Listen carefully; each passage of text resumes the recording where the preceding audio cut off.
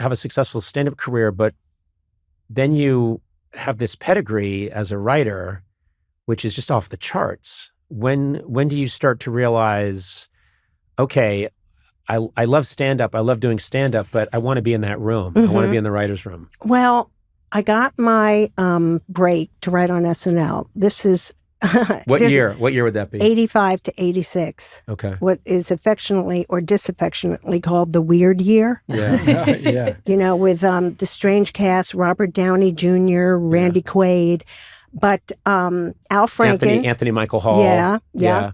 And Al Franken and Jim Downey came to the comic strip to audition comics. And they saw me and they said, would you like to, we'd like you and we'd like to see if you want to write on the show. I was like, absolutely. They said, oh, you just have to meet Lauren.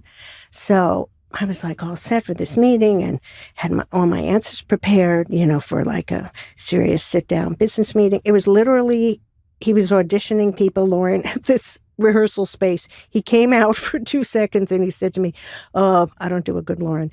Jim and I'll say you're very good. And, sometimes you have to stay up late at the show. I was like, yeah. He went, okay, thanks. That was my big interview. Wow. But you passed. I guess so. Yeah. Like if I had said, I really don't like staying up I like to be in bed by 8 o'clock. Yeah, that's going to interfere with my routine. Yeah. And so I wrote that year and I really enjoyed it, but I really wanted to go back to stand-up. So I did. But then, strangely, out of the blue, in 93, Larry David and Jerry Seinfeld called me together. So I knew at that time there was something odd about that because I would talk to each of them separately on a landline, but calling me together seemed weird. They were in one spot. It's like a prank. Yeah, and they were like, do you want to write for Seinfeld? And I was like, yeah. And, it was great because my inexperience is the thing that got me the job because they, didn't want people who'd written on sitcoms before because as Larry referred to it, they were poisoned by the system.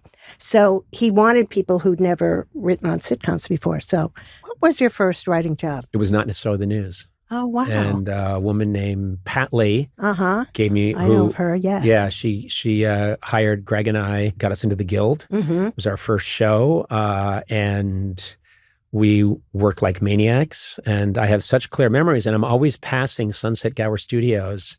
And I always have the same flashback to Greg and I. We took a overnight flight.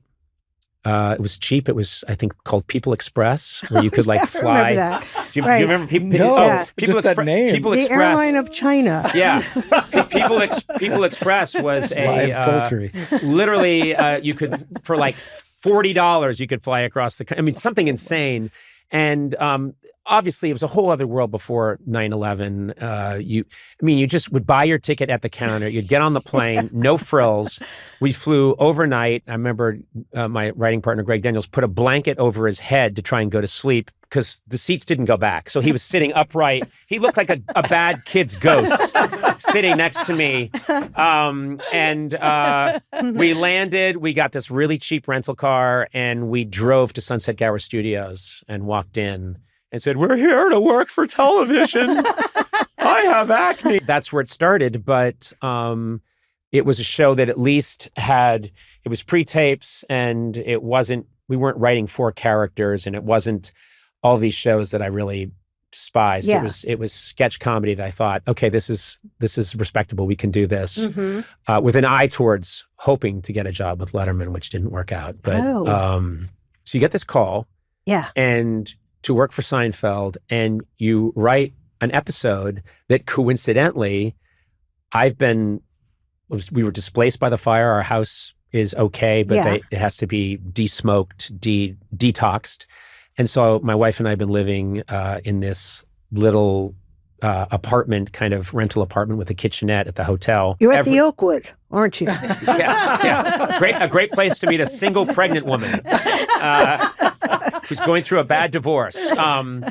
But every night we don't have our regular television. We just, we don't have Apple TV or Max or anything. So we're just, thumbing through, and we always land on Seinfeld. Oh, nice. And we watched Seinfeld, and I watched your rye episode. Ah, yes, the Marble Rye. 3 nights ago, I watched the Marble Rye episode, and remembered that you had written that episode, which is one of my favorites. Oh, thank you. If you don't recall, I think it's George's fiance.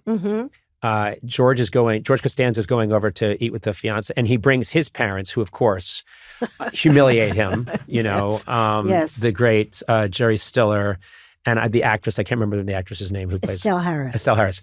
And they come over, and they bring a Marble Rye, and then they notice that these waspy parents of their future in-law don't eat the Marble Rye, so Jerry Stiller takes it back.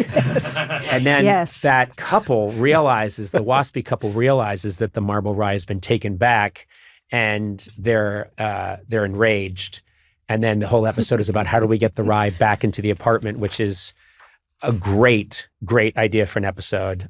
Where did you get that idea? It was crazy because, you know, a lot of times people come up to you when you write on a hit show like that, and they're like, something really funny happened to me. And you're like, oh boy, here we go. You know, and it's like, Betty's egg salad was in the fridge at work, and somebody took it, you know, and it's like, oh boy, here we go. But a friend of mine from high school was like, I had the funniest thing happen. This couple came over and brought a bread, and we didn't put it out, and they wanted to take it back. And I knew when I went in to Larry's office, Larry and Jerry, you would pitch to them one-on-one. If Larry liked an idea, he would get so ecstatic. You know what I mean? When I pitched that, he was like, I love it. We're doing that. Yeah, we're doing that. And he would be like that about certain ideas, you know, like Elaine thinks the Korean manicurists are talking about her behind her back in Korean. Like, yes, you know. He knew, it's like he had a divining rod. Like, yes, there's water there. I know there's water there. Yeah. Exactly. You know, conversely, if you pitched, and this is a lot of times, ideas that they didn't like, he would kind of do this thing with his arm and go, I don't know. That's called angina. He's having a heart attack. Yeah. You know, or he would, you know, the biggest put down was, I could see that on another show. And it'd be like, oh. But, and then when you have an idea like you like that, in thinking about it, I was also thinking about Kramer and loving Costco, because I loved Costco, still do. You can get so much of something. Yes. And that he bought so much beefaroni that he started feeding it to his handsome cab horse. Yes. Which eventually gave him a lot of flatulence. Yes. Ruining the night out for this waspy couple. By the way, I always thought there's a lot of genius behind the show Seinfeld, but I always thought the casting was impeccable, not just of the main characters, but of the smaller characters. And I went out of my way because every time George's fiance's parents are on the show, they're spectacular. They are. So I looked them up. It's Grace Zabriskich and Warren Frost. Yeah. And I just wanted to give a shout out to the universe. The character acting they do on that episode, and other episodes as well, the one where the cabin burns down, they're impeccable. Yeah. They're fantastic. Really, really great. You know, just unbelievable. Yeah. The guest casting was amazing. And what was great about them as bosses for the writers was you could be involved in every step of the process. You know, you were involved in casting. And, you know, now that I work on shows, people send in tapes, which is horrible. You know, it's so great when people would walk in the room and they go, hey, where's the hot seat? You know, and they'd sit down and you get a vibe off of them. And you could also see how nervous they were in front of people instead of self-taping at home. But you'd be part of the casting. You'd be part of everything. So editing and all that. And a lot of times writers don't have that opportunity on shows. So that was really great. And to cast these smaller roles and people that just took off, you know. Yeah. And even like the regulars, like the tennis episode I did with Morley Matlin, the lip reader. Yeah. You know, it's like, what are the 4 stories going to be, you know? And, for Kramer, for that, you have a tennis episode.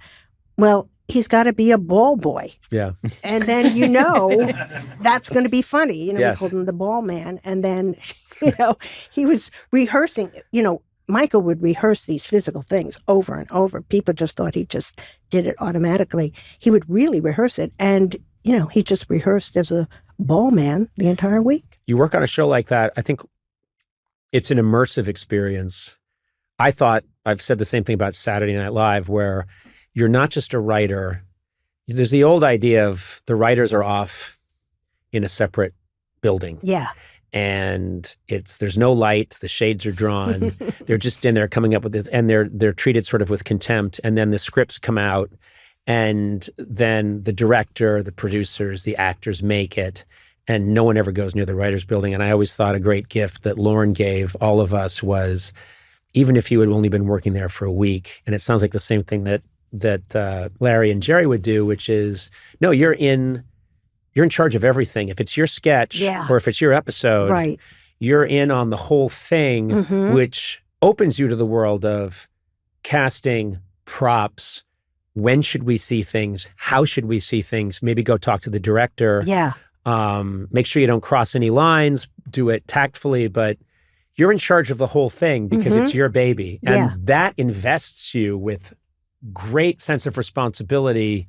You try so much harder. Exactly. Because also, your ass is on the line if something goes off. So you do have that sense of responsibility with an episode, which is great. The saddest thing to me is that I'm a big collector. So I took we couldn't use beefaroni for some reason. It's beefarino. Yes. Yeah. Yeah. They made us change the name. So I had the can that the prop guy came up with for beefarino, and I had it in my apartment on Flores in West Hollywood. And then when I moved, I forgot to take it, move it away, and the guys thought it was just an empty can, and they tossed it. Oh, see, no. I know. Yeah. It's the fact that I'm here today. I mean, it's not the snow globe from Citizen Kane, but it's close. The beefarino can. Someone's going to find it, and it's going to go. It's long after you and I are gone. Right. Someone's going to find it. It's going to be auctioned off for like $600,000. Oh, come on, more than that. Okay, all right. I mean, it's the future. Well, you're right.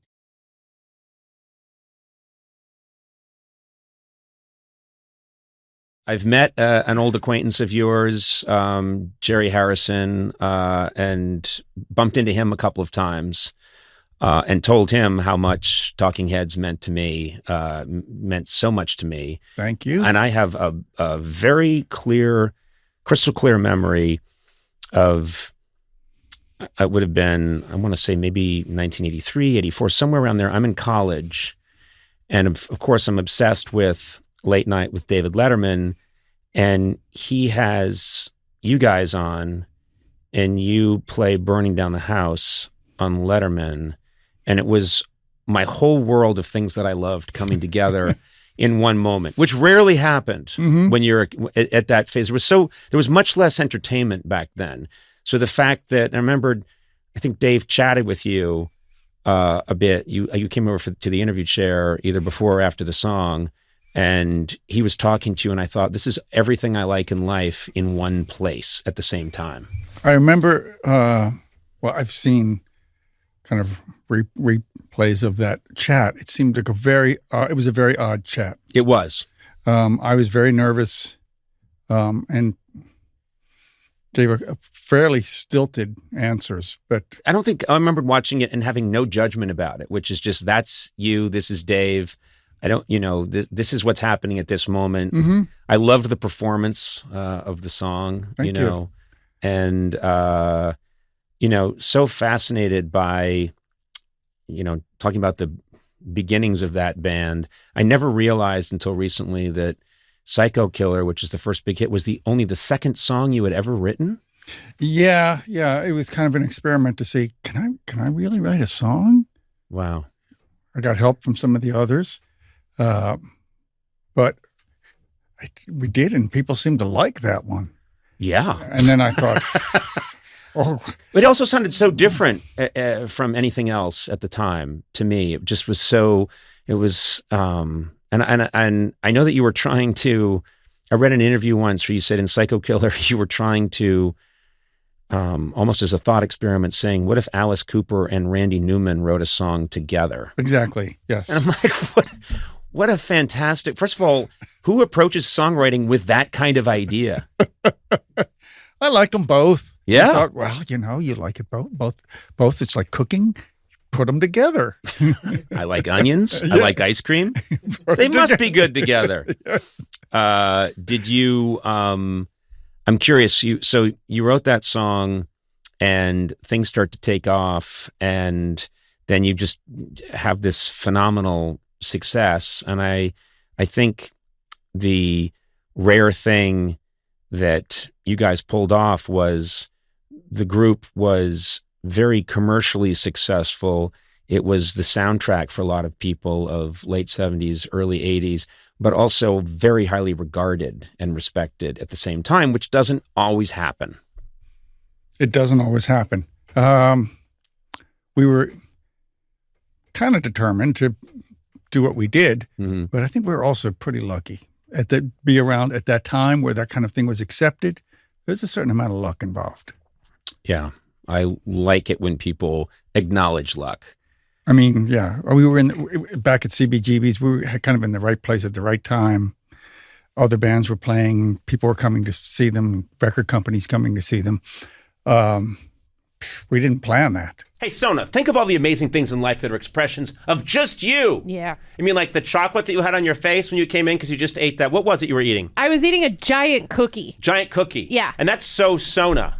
Okay. Or that song you stream over and over again that's just so you. What's that song for you? Twinkle, Twinkle, Little Star. Yeah. But it's for my boys, not I know. me. Still, it's nice. Okay. Or, that podcast, that comedy podcast you just got to listen to. Yeah, Conan O'Brien Needs a Friend. Exactly. Is that what you listen to in your spare time? Yeah. I love it. Everything that makes you makes all the difference. State Farm believes insurance should work the same way. Your plan, your coverage selections can be personalized by you and only you.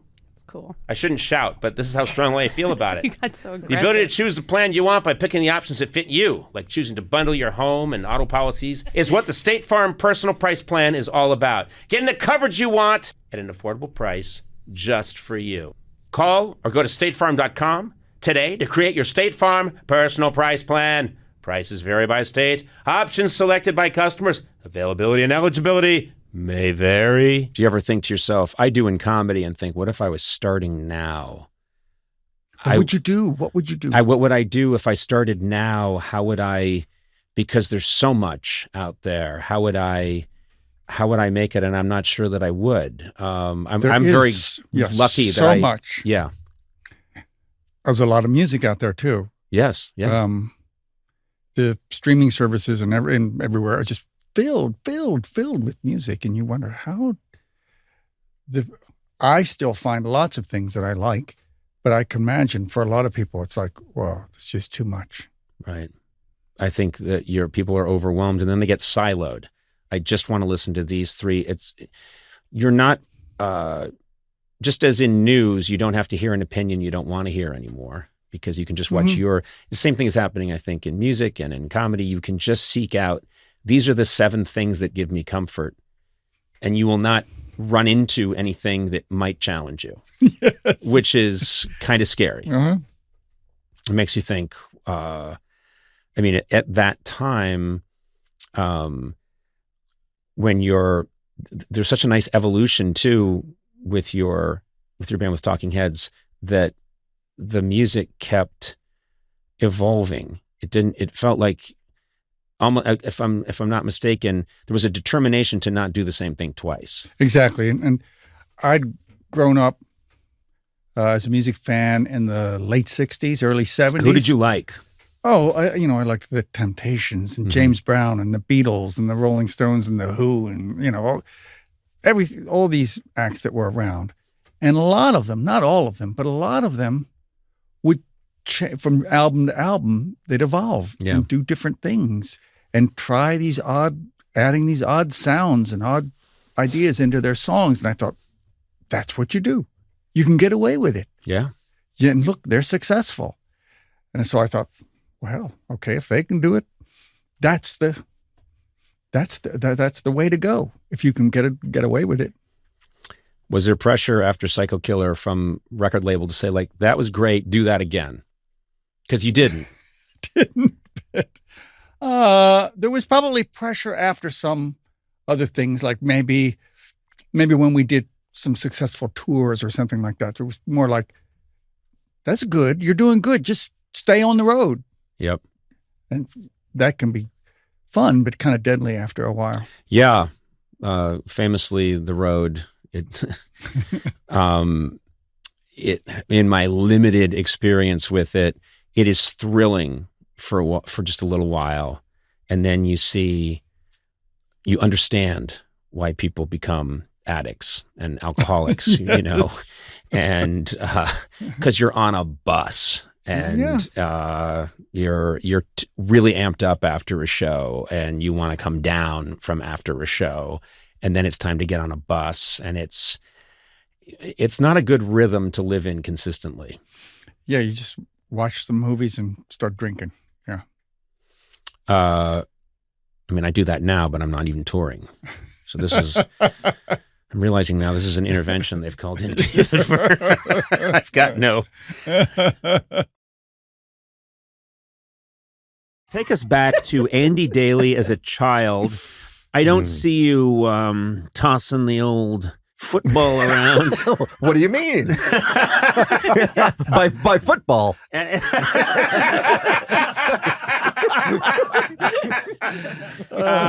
Were you?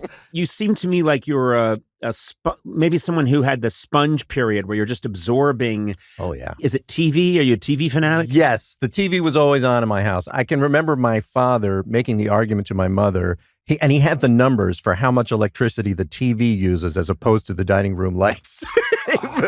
like we're not using any electricity by having the TV on all the time. Like that was his argument. He just liked to have the TV on all the time. So I thought you were going to say you've been watching too much TV, so his argument was that you shouldn't be watching TV, but this was pro-TV. He had thought it through, like why it made sense to always have the TV on. Wow, what a time to be alive. Yeah, I know. never got that. No, I didn't either. My father prohibited TV if there was school the next day, no TV could be watched during the day. So we, of course, were like, well, that shit's not happening. So my brothers and I would watch TV, and then we would hear my dad's station wagon, which was a 1970 Pontiac yellow, pull up.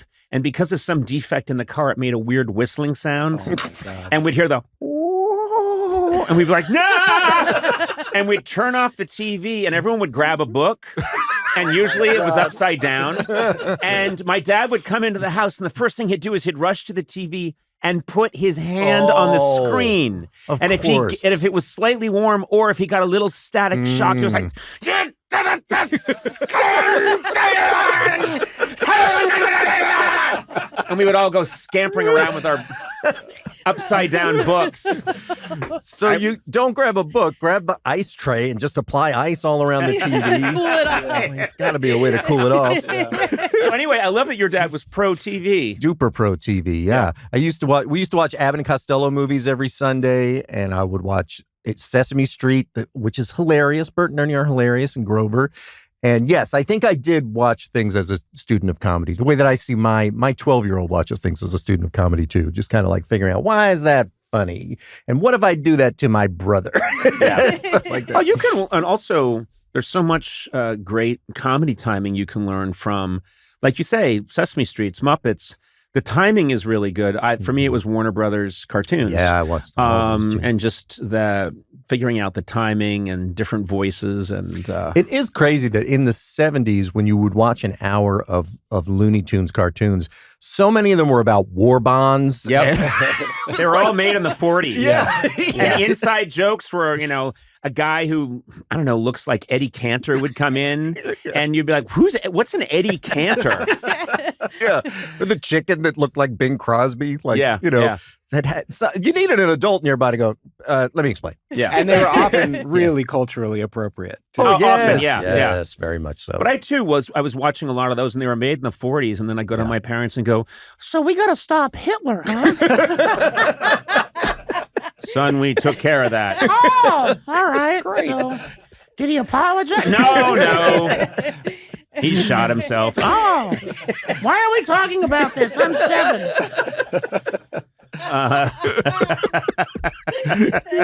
But no, it's so funny. You clearly you absorbed all this stuff, and just where were you growing up, by the way? New Jersey. Okay, let's not brag. No. I mean, listen, it's one of the most populous states in the nation, as a matter of fact, Conan.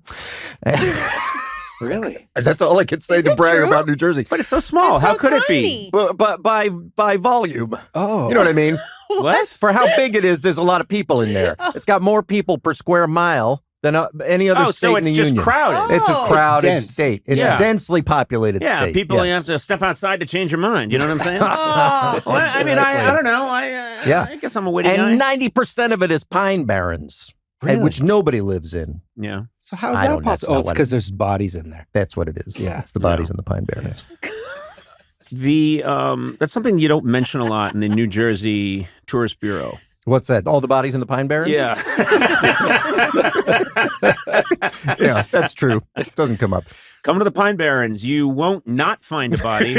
Wait, what? You described, I think, once that as a kid, you saw a production of Peter Pan that kind of changed your life because there was a moment in the production of Peter Pan that sort of grabbed you. Yeah. Tell me about that. This was the Peter Pan with Sandy Duncan in the 70s. It was on Broadway, and she would fly out over the audience. And Captain Hook was played by James Hewitt, who was Mr. Belvedere. You might remember that Christopher Hewitt. Christopher, thank you. Oh, how does he know everything? Well, trust me. All he does is go home with his flashcards. And It's true. yeah, it's like WKRP, Gordon jump. Can I just say that when that came up right now, every alarm in my head went off and said, "Don't do this. Don't do this." It doesn't matter. It's Yeah. close enough. I know. No. But he had his Captain Hook and Smee had a scene in front of the curtain. There must have been a scene change going on, and they're talking, and he just says, "I'm going to get that Peter Pan." And a boy in the audience said, "No, you're not." And he said, "Oh, yes, I will." And the place just went nuts. And that's like It was improv. Yes, exactly. But it's just one thing. It's like such a minor example of improv, but it just was so electrifying, so exciting. He went off script and he responded to a child. So yeah, that's the only thing about the show I really remember. You're editing the rest of it where he goes like, "Oh, yes, I will." And the kid goes, "Fuck you." Fuck me, fuck you. You can't say fuck me. I'm a little boy with one leg. One leg, eh? Well, you'll have no legs soon. You little fucking piece of shit. Hold me back. Tonight's production of Peter Pan. Fuck you with a steel hook. Tonight's production of Peter Pan will be cut short. Your tickets will be refunded in the audience. Oh, no, they fucking won't. This is gold. Soon I'll be Mr. Belvedere. And you can all suck my dick. Jesus Christ. I'm replacing Hervé Villagers on Fantasy Island, you dickwads. The little kid's like, I just want to go home. This is awful. What's the pop culture you're growing up with? What are you watching on TV, for example, that's influencing you? What's hitting you? What's tugging at your strings? Oh wow! The show I became obsessed with was L.A. Law, and the reason why is, again, going back to my dad. My dad had 3 sons, and he wanted a lawyer, a doctor, and an engineer. Mm-hmm. And I started to get this acting bug when I was younger. But Blair Underwood played this very snazzy lawyer. Sure, I remember that. In L.A. Law. And unbeknownst to me, the conflation of the two things was why I was so gravitated towards that show, because I was like, gosh, I just love TV. I love films. I love the whole idea of storytelling, but my dad wants me to be a lawyer, and that guy is both, you know. And so I went as far as applying to law school, the whole thing. But because of Blair Underwood. Because of Blair Underwood. I have told him since, and he's horrified. Yeah. But yeah, that was one of the more influential shows on me. I was flipping through just notes on you, and then I saw that you were a Happy Days fan. And I thought, Happy Days. Yeah. Were you watching Happy Days when you were in Nigeria? I mean, obviously these are reruns because you're way too young. But was that because I mean that's a show that was on primetime television when I was a kid. Yeah. And it was hugely influential. But I'm trying to think of you seeing it. What kind of why is that show grabbing you? It was the Fonz. It was all about the Fonz. It was all about Henry Winkler and how cool he was, and the comb through the hair, the whole thing. But it was also a very traumatic thing for me because I had a little afro, and every time I took the comb to my afro, it wouldn't go through like it did for him. And many years later, because obviously he was in this with Ron Howard, and Bryce Dallas Howard is a good friend of mine. I was at her wedding. I met Henry Winkler. I was like, oh my gosh, I'm meeting the Fonz. And I said, it was so hard for me because I would always try to imitate the hair, the comb going through my hair. And he went, I only ever hold it up. I never put it through my hair. Never does put it through. And I went, oh my gosh, all of that pain. And you never actually ran the comb through your hair. It's true. He starts and then he realizes it's perfect. And he goes, hey, in front of the mirror. And I was like, that would have been so much more achievable for me. So, I got that all wrong. I think one of the first celebrities I saw when I came to LA in '85 was I was at some event that I shouldn't have been at because I was, just starting out.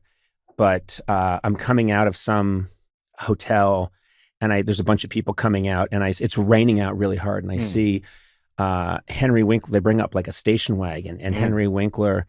It's been raining really hard, and for some reason some of the water got on the seats, and he got a towel and just started mopping up the water, and he looked all disheveled. Oh my God! And I'm seeing my childhood hero, the Fonz. Man. And he's this schlub. He's this wet guy who's like, I gotta get these seats clean so my wife can sit there. And he's like, I think I got it all. Oh, okay. And I thought, what happened? Oh, this is LA? Yeah, I'll take my trauma over that. I would not have recovered. That's a terrible story. How dare you tell me that? I'm sorry. But you went to not a military academy, but you were educated. Similar. It might as similar well military academy. In what way? Did you have to wear a uniform when you were? Had to wear a uniform. It was very, very regimented. It was a boarding school in Nigeria, incredibly strict. And when I talk about it, especially in a Western context, because you will get lashed if you did naughty things, and I was a very naughty boy. Yeah. But yeah, it was pretty intense. But I was the kid who, I remember for a dare, this is so stupid. For a dare, I went in to steal something out of the headmaster's fridge. And I got into his house, and I'll never forget the silhouette of this guy in the door looking at me I'm in his fridge. I didn't want anything out of his fridge. I just did it for, right, browning points. But it was, and he had one of those voices, those people who you can barely hear what they're actually saying because they're talking like this. And I was just like, and so all I heard, and it's all I heard. But I spent the next term washing toilets. Oh, and and our uniforms were white, which is not the best uniform for doing that job. The closest I have to anything like that was I was very happy my parents sent me away to a camp, and then for some reason they switched me to another camp the next year, and I got there and they issued me it's summer camp. You're supposed to run around in like this previous summer I've been running around in torn cut off shorts and whatever, just sneakers and no socks and wearing a beat up, sun hat, whatever, a t-shirt. And then I got sent to this other camp and they issued me a uniform.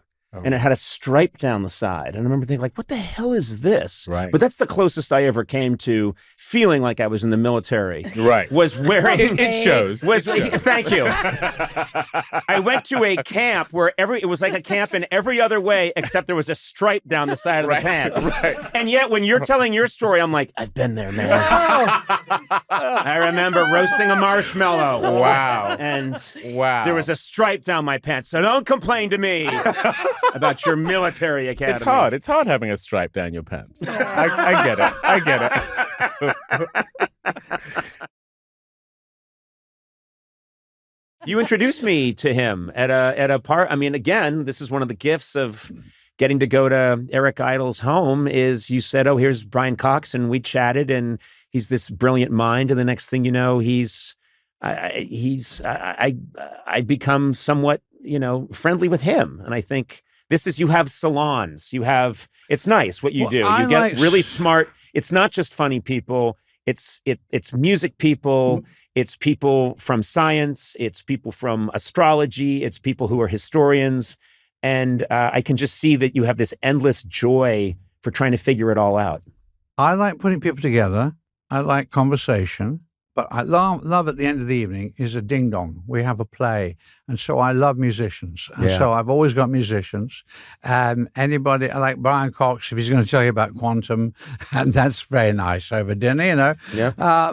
And he also plays the piano. So we have gigs. His son George plays guitar. Wow. And I've been playing with this group who have been playing with the Monkees, and they're really great. And we just sit around and play hit after hit. It's just that's when I'm happiest. After dinner, out come the guitars.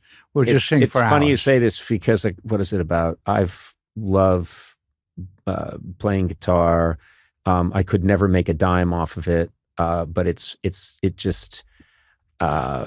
my hobby, and I really love doing it. And I got to do the Newport Folk Festival a month or two ago, and there's footage of it, and I'm up there playing with all these amazing people, and Jack White came. But the comment that shows up every time I'm up there is, Conan seems, this is the most joyous I've ever seen Conan. He seems so much happier doing this than comedy. I thought, I love comedy, but they're not wrong. No. I love that. Me too. And just playing and gigging with people and having fun and listening. Because it's a different part of your brain. You're not thinking, you're not obsessive. And where's the next laugh? You're just feeling the next chord. I love that. And I'm doing a show now, which is really a one-man musical. Yeah. And I do a couple of songs. So one's a tribute to George Harrison I wrote, which I really like because I miss him a lot.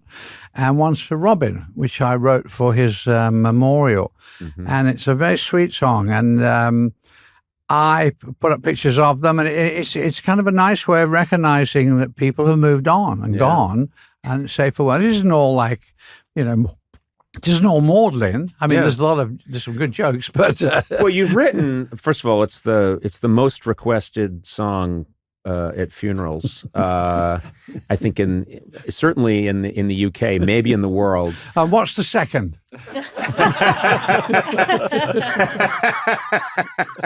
That's a really good question. Actually, it was My Way. It replaced.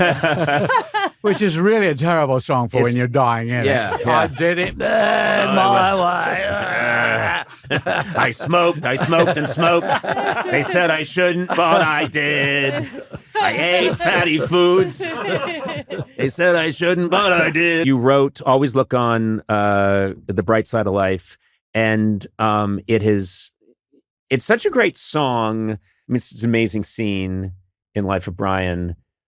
And at the time, I remember it extremely controversial because, people are they're dying, they're on a crucifix and singing, Always Look on the Bright Side of Life. And I think it's everything.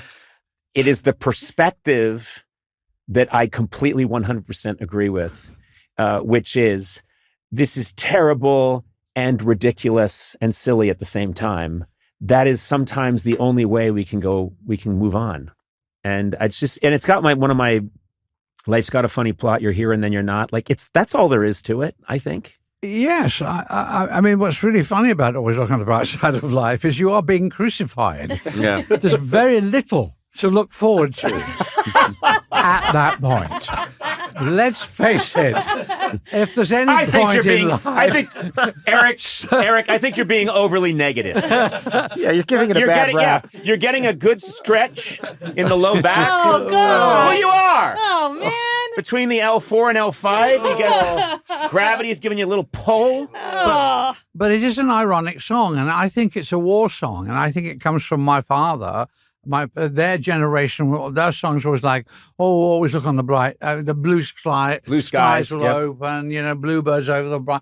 They were always about future optimism because they're in a war. Yeah. So I think that's what that sort of song is. It's just like a war song. Yeah. And it was played in the Falklands when HMS Sheffield was hit by an Exocet, and they had to wait for rescue for 3 hours. They sang that for 3 hours, and so. I think there is something recognizing that it is a ridiculous thing, and teams, seeing it when they're losing at football. I mean, they move, look on the bright side. There's nothing to look forward to at that point. But Right. We're down. It's over. There's not enough time left. I have to ask you this because I know that you talk about playing guitar with these iconic musicians. You played for hours and probably thousands of hours with George Harrison. You also stayed up all night once in Rome playing with Keith Richards. And I'm just curious how don't you leave your body at some point and say, that's Keith Richards I'm playing guitar with, or that's George Harrison I'm playing guitar with? How do you get over that? Oh, I think pretty quickly because you're playing along, so you're in the moment if you're playing with somebody. And luckily I had a pretty good I had a jazz guitar background, so I knew better chords than they did often. Right. But with Keith, Keith is like the most extraordinary. He's like Noel Coward. He behaves, oh, dear boy, do come up and have a, what can I get you? I mean, he's like wearing, dressing gowns and very calm. He's not, where's the lunatic, That's hilarious. Oh, come in, please do come in. He's wearing like he's wearing a caftan? Not a caftan, dressing gown. Dressing gown. And a little, little smooch and... Fancy biscuit. Oh, dear boy, can I get you a glass of brandy? What would you like? What can you take? Quite a different world of that you'd expect. And what we did sing all night that night, and it was in Rome, and when in Rome. So then the next I turn up at the set, and Chevy, I hadn't got any words left. It was my last scene. Yeah. And then Chevy comes up to me and says, I've written this big new scene for us. Oh, is this for European vacation? Yeah. Oh. And I went, and he's oh, fuck. So you had to lose a scene I lost in European vacation because you were up all night playing and singing with Keith Richards. I'm sorry, yes. Okay. Well, that's probably as good an excuse as anybody. Worth it. Yeah. I think it's worth it. Yeah. I'm going to miss the next podcast. I'm sorry. I was singing all night with Keith Richards. No. He's in London. What are you talking about? You're in the Pacific Palisades. You were with Richard Keiths. Yeah. We got on this very dark topic of death and everything. You have one of the funniest ideas ever I've heard for an inscription on your tombstone, which I really like. I'll tell you what it is because you've clearly forgotten. Eric Idle, see Google. I'm glad to know that still stands up. It's good. Why? Yeah. Why not? I mean, what are we getting into here? Exactly. The rest is nonsense. Yeah. I want to thank you. It's a great day for me when I get to spend any time with you. You're one of my all-time heroes, and you changed my life in so many ways with your work when I was a young lad, and you guys completely, I think, reordered the universe and showed us all what could be done. And I still think you're far ahead of everyone else. My love to your family, Tanya, and of course Lily, who I adore. The book is the Spamalot Diaries. And it is a joyous read. It's a little harrowing at times, but it's great. And it's a great book for anyone to read who's in the process of trying to make something happen. It could be a Broadway play. It could be anything you're trying to do. Yeah. It's very inspirational. Yes. And so you've given people a real gift here. Oh, that's very kind. I like that. I'm glad that that's so, because I do think it's a process, not a miracle. Yeah.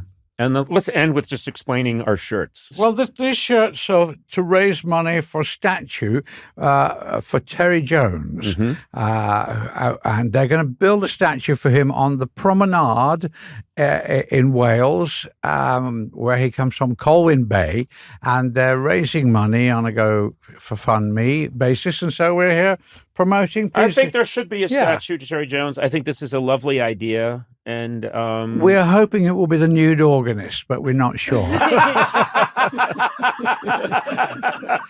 And you said it was a GoFundMe, is that correct? It's a GoFundMe. It's a GoFundMe. Yes, Okay. it is. So people can just, they can see Google. yeah.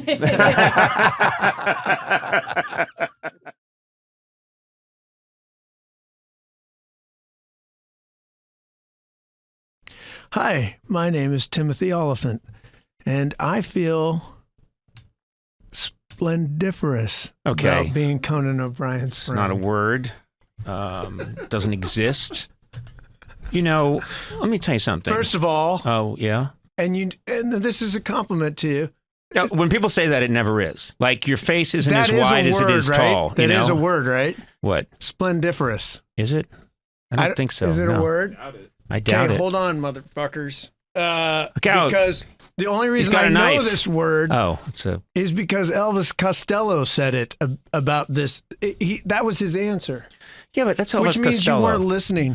No, but I'm not going to correct. It's all a blur to you, isn't it? I'm not going to correct Elvis Costello. Oh, but me. Yes, you, because you and I have beef that goes back a long way. That's true. The last time you were on the podcast, you were disrespectful. You disrespected not just me, but the whole form of podcast. I remember it differently. Memory is not a reliable narrator. If you did random ads yourself for, I believe, made-up products just to try and get money. Keep it up. I'll break them out now. No, please. I forget. One of them was a tennis. Brush your teeth. I do brush my teeth. How about those quips? They're just going to send you a free quip. You're not going to get any cash. I realized this morning I could use one. Those are handy. Yeah, I don't remember what happened on the podcast. First of all, let me say thank you for having me back. Of course. Thank you for having me on the first time. Yeah. I'm sorry it didn't go well. What are you talking about? I think my own brother called me and said I learned nothing and way too much. That was his I will tell you, response to this is our first go around. Okay. I'll tell you this, and Adam Sachs, you can weigh in. I believe, I'm quite certain that your podcast, your first podcast, one of the most beloved by fans. Universally, every so often online, every few months, there's a message board that's like, list your favorite Conaf episodes. Every single time there's a list made, yours is in the top 5. Well, I thank you both for telling me that. And let me just special message to those people. Prepare to be disappointed. No. Go ahead, Conan. Hit me with your first question. What do you want to know? I want to know. I texted you the other day, and I really want to. This is important, and for the listeners. Yeah. I want this to be more about you and your performance. This is not about me right now. Okay. So ask good questions. Okay. Because you know what I mean? You did text me yesterday and said, please ask me good questions. You threw the first shot by saying we would meet up later for drinks or dinner and that it would be fresh, the podcast would be fresh in your mind and you would judge me. Yeah, I'll judge you on your performance. How's it going so far? We're at a solid C-. What? Let me tell you something. This thing is killing it already. I can just tell. You feel it, right? There's an energy. No, that's an aneurysm. I don't. I'm first of all, you're a delightful fellow, and we are friends in real life. Mm-hmm. So much so that I have this guy that works for me who's well known to my fans, Jordan Schlansky, and I taped a segment with him recently, and we put it out on the internet. And he has this moment where he's just furious with me that I didn't keep him employed after we fully employed. I pay him half salary because there was nothing to do when the late night talk show stopped, and till we start the next project. and he's furious that he's only getting half the money to do nothing. And I start to defend myself, and he says, "What are you doing anyway?" And then he says to me with this contemptuous sneer, "You have your dinners with Timothy Oliphant." And I swear to God, I've been hearing from so many people who love that line. That's what's in. I mean, Jordan is jealous, deeply, deeply jealous of our friendship. You know that. Well, I know it now. And I think a lot of people I sat are. through patiently while you told that story, and now I know. Did that go on a little long? We all sat. I don't know. Ask the listeners. Is there a chat board somewhere? No, we can't afford that. How have you been? Man? We're going to do this for real. Okay. I haven't seen you in a while. Well, we haven't talked in a while. You were busy. You were shooting busy. projects. You were in Wales, I believe, for a while. I was. What? I was in Wales. I found myself in Wales. Were you not in Wales? No, I was in Wales. Okay. You were in Wales shooting some project. You know, the kids have left what they commonly referred to as empty nesters. That's what we are. And so now, I just turn to my wife and say, "Hey, you want to go to Wales?" And then I say, "All right, I'll take it. I'll take the job." You'll take the job. Yeah, if she's up for going. You know Wales is lovely. Your wife, beautiful. Let me tell you about Wales. Oh, okay. I was about to say something nice about your wife, but you cut me off to talk about Wales. Well, you took so much time with that last story. I feel like people It was need not a break. a story. That wasn't a story. I was relating to you how you have impacted my life recently in a Jordan remote. So I didn't think that was a waste When of time. you're in Los Angeles, you feel like Los Angeles is the center of the world. And when you're in New York, you feel like New York is the center of the world. And when you're in Wales, you're like London is the center of the world. Not a lot going on there? You know what, though? Good people. Good people, fun to hang out and get drunk with. Yeah. And then get in fights. It's a lot like my childhood. Modesto and Wales, they have more in common than you'd think. Yeah. Modesto, pretty tough place to grow up. The mean streets of Modesto. Yeah. I grew up on a mayonnaise farm. Good crop this year, huh? I love that mayonnaise baking out there in the sun on the old mayonnaise farm. You betcha. Tim, Yeah. What else say you that, want? I'm going to tell you something. What do you got? I can't relate to you because Liza and I are not empty nesters yet. You Oh, yeah, are you- because yeah. you and Alexis had children when you were still in your 20s. You had your kids. That's kind of you to say, but that's not. I think we were 30. I think you were in your 20s. Okay.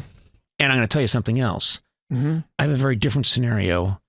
My children were born when I was in my 60s. Yeah. And as a result, and now they're in their 40s. Yeah. Do the math. I'm just crazy. saying, you're such a young, free guy. Yeah. And you've got these very cool kids who are adults now. They're young adult. Yeah, that's what I'd call them. And I got to be honest with you, because I thought throughout their childhood, I thought we had a good chance they'd grow up to be average. And You told them that often, right? yeah, That's a good thing to tell a didn't wanna kid. put Just a lot of pressure on just them. before you turn out the light. I was like, honey, I think you got a good shot at just growing up to be average. And you could move to Canada and have a nice life. Uh-huh. You know what I mean? What's wrong with average? Exactly. That's what I told them. Yeah. And but I gotta say, I feel like I feel like they might be above average. I'm enjoying them. You know what I mean? Now that Yeah. they're now that they're a little older, I'm impressed. And I say to my wife, I said, "You did a good job. Thanks for raising those kids." Yeah. Where were you the whole time? Show business. You know what I mean? Well, I had to go act and yeah. and take naps in my trailer. I took a lot of jobs for the nap time. Uh-huh. You know what I mean? Did you bring your family to set much on? I mean, first of all, you can't have No. kids around on the Deadwood set. Every other word is motherfucker and cocksucker. Right. You can't have kids around. They came out once. I've told this story, but they came out once. They were Mhm. quite young when we did that show. And once that I remember, and ran around and one day I was about to head off to work. It was breakfast. They were all sitting around, and I was like, I gotta go fucking work. know. And then I thought, oh, I don't want to place this burden on them, that hate going to my job. So I stopped, like it was a teachable moment, and said, actually, guys, I really do enjoy my job. It's sometimes it's hard to leave, right? But I love my job. And I said, taking him a step further, I said, you know what I love about my job? And my son goes, the mud. There's a lot of mud in Deadwood. That's what he said. Yeah. I said, yep. I just tried to press forward, by the way. I thought, no, yes, but also. And my daughter says, the horses? And I said, that's it. I'm leaving. The mud and the horses. Pretty sweet gig, though. They kind of get it. I guess that in a way they're right. You know what I'm noticing about average, you? how are your kids doing? No, you don't. Listen, I had a whole thing in mind. I have all these questions. Oh, do you? And I haven't seen my kids in years. There's various reasons for that. But you have your agent call once a week, tell them you love them. Well, actually, no. My manager calls. My manager then checks in with the kids, calls my agent, who calls my business manager. There it is. Who then calls the accountant. Yeah. And then I'm told that the children are well. They're nourished, and they think well of their father. That's nice. So, and the lie gets relayed back to you by who? Well, naturally, that would be the agent and the manager. They're the ones that really lie. Do you ever wear Conan merchandise around? Wouldn't hurt to help out a friend, would it? I have the mug. Yeah, I just don't carry it around enough. You're supposed to carry it. I told you to carry it. Yeah. Did you guys give out T-shirts? I just know I got the popcorn. I don't know that we ever gave out T-shirts. I don't know why we gave out popcorn. At the talk show, we gave out popcorn for years. I don't know why. Yeah, I don't by know. The way, that's a Chicago thing. I called you from. I sent. Yeah, because they got that. That's a Chicago. Why did you do that popcorn? Listen. I was at the very top of the power structure. Yeah. I wasn't aware of all the decisions that were being made during the talk show. So wait a minute. I never signed off on giving away Chicago cheese popcorn. That was not a decision I made. I was, again. Did you not get into the swag of? Did you not get into the hats and the T-shirt and all that jazz? I think because I was just thinking today. No, I didn't. Literally today, because I did a talk show the other day, and the hats is like, I'm never going to wear this hat. Like, does nobody have a cool hat? I know, it's a problem. What is with that? It's all a problem. The hats look like you're going to spend, like you're getting ready to go to Martha's Vineyard. Right. But why doesn't anyone have hats that look like, oh, that's like a cool hat? It's very hard to do. It's very hard to crack. What do you mean it's really hard to do? I don't want to get into all the specifics, right? But let's just say that it's very difficult for late night shows to get good merchandising. It just is. When I do and I think it's a terrible problem that this country needs to address. Well, I'm here to change it because I'm going to do a talk show. I've been wanting to do a talk show since I was in my 20s, but now it's not about me. It's about the hats. You would have a great hat. I would have a great hat. You know what you'd have? You'd have What? a Justified hat. You'd have a Raylan Givens hat that said the name of your talk show on it. Because that's you look killer in that hat. That's part of the character. I'm giving the guests cowboy hats? Yes. Very expensive cowboy hats. And within weeks, your show will be in the red. You'll be hemorrhaging money. Because So the guests come on. It's a whole fantasy here. We booked you on the show. Yep. We just need to take your head measurement. Yeah, To before prepare you. Or do it two ways. You either get the head measurements or you buy the hats and then book for the hat sizes that you can get. So, we've got a 7 1/4. Let's look out who's a 7 1/4. John C. Reilly. John C. Reilly, let's book him on the show. Is he plugging anything? No, he's not. We'll get him in here because his head is going to fit the hat we have. Smart. I've thought about all this stuff most of my life. And yet you didn't have good swag on your show. We've already established that. You've thought about it. You've done nothing about it. I'm staring at a mug right now. It just occurs to me, Conan O'Brien needs a friend. By the way, it's kind of a funny T-shirt. Yeah. You know what I mean? It is a funny T-shirt, yeah. I don't recommend you drinking out of that mug. I'll just tell you that much. What if it said, I like Conan O'Brien needs a friend? This should be a better T-shirt. And on the back, it says, no, seriously.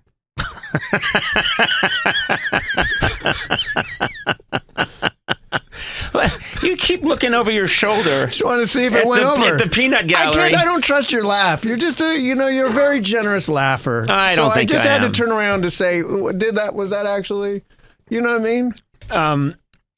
I think your insecurities eat away at you. This might make you a better actor, but you have deep insecurities. And like a knife whittles a piece of wood, your insecurities pare away at your soul, sharpening it. And I think anything I can do to trigger those insecurities makes you a better artist. That's my theory. Okay. We have to keep this intro short today because the guy who's on today talks. He talks and he takes over. But every word is gold. We Why? want him to. What makes... You know he's handsome. He's Adam cool. and I talk about this. He brings an element of chaos to this podcast that I think what you normally do to us, he does to you. Maybe. And there is such a sweet revenge, right? There's a feeling of just justice happening that It's like Freddy Krueger gets his in the end. I think he's one of my favorite guests that we ever have because of what he does to this show. He I turns think the it other inside thing out. is, I think he and Kevin Nealon are in the same category. Yes. They're chaos agents who have no respect for me. Right. And they just go for it. The fans are always delighted when these guys are on, either one of them. Mm-hmm. And Timothy Oliphant he's so smiley and genial, and yet there's this contempt. I don't know. He's also masculine, but like a pixie from another world that comes in and just kind of messes with everything. You know? I get no masculinity from him. Oh, I get None. a lot of Come on, are you masculinity. kidding? None. Yeah. I think get it. I think He's so handsome. Yeah, Well, he is. that's and he's different so than being cool. masculine. It's not just being handsome. He's cool. Yeah.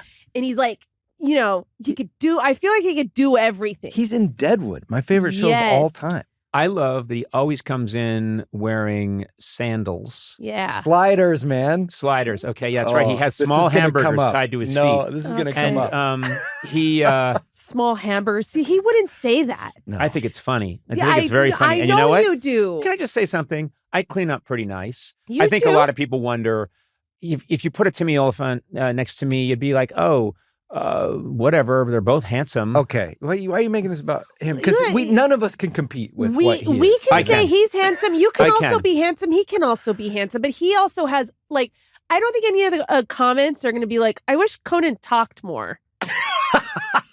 I don't think that's going to be a criticism. It's not like people are going to light up the switchboards and be like, can you not have Timothy Oliphant on again? Because I wanted to hear more Conan. Shut Timothy Oliphant up and more Conan. I just don't think that's going to happen. I've never heard him so quiet. I know. And you guys are friends too. That's the part that probably stings the most is you guys are friends, right? Remember in Goodfellas when they're playing poker Mhm. and then Spider? This is the third time this has come up on this Yeah. podcast. But I know- I think okay. multiple times. But it's important. It's Yeah. important Okay. because it relates to this moment right now. Okay. Spider finally talks back to Right. Pesci, Right. Right. and everyone's laughing and loving it. Yeah. And Pesci's just staring Right. at Spider. Yeah. That's what's happening right now. Are you going to tell me shut up called and told me it's me? I'm going to pull out a gun and pull the trigger, and the gun is going to say, "Shut up, called," and it's you. Do you know that when that happened and Spider, the guy who plays Imperioli, Michael Yeah. Imperioli, Yeah. his squibs went off, the blood packs, and he crushed a glass with his hand during the take, so they had to rush him to the hospital because his hand was bleeding. But they rushed him in the hospital, and the doctors freak out because they thought that he had been machine gunned. All his Because of the were squibs. still on. Because of the Yeah. squibs, yeah. And that's just another movie fun fact by your podcast co-host Matt Gourley. You know what I love? You're the guy here that's supposed to keep us on time, Yes. keep us on track, and I'm in the Timothy all of- Oliphant mode, All man. of this led to that one fact. Yeah. It was Well, our I plan will all say this. along. I got more. I'll Wait till you concede hear the- about Frank Sinatra and Die Hard. I'll concede the following points. Tim Oliphant, one of the handsomest fellows you'll ever see, fantastic actor, Yes. and a spectacularly funny guy who's also cool at the same time. And I give him all of that. I give him all of that. And he's nice to all of us. Oh, come on, that's He is. overrated. He is. He's does. really nice to I could be nice to everybody. you if I wanted to. What does that mean?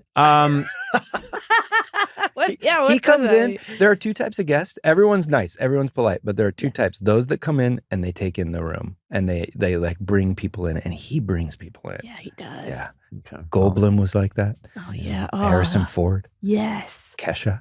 Oh yes. Yeah.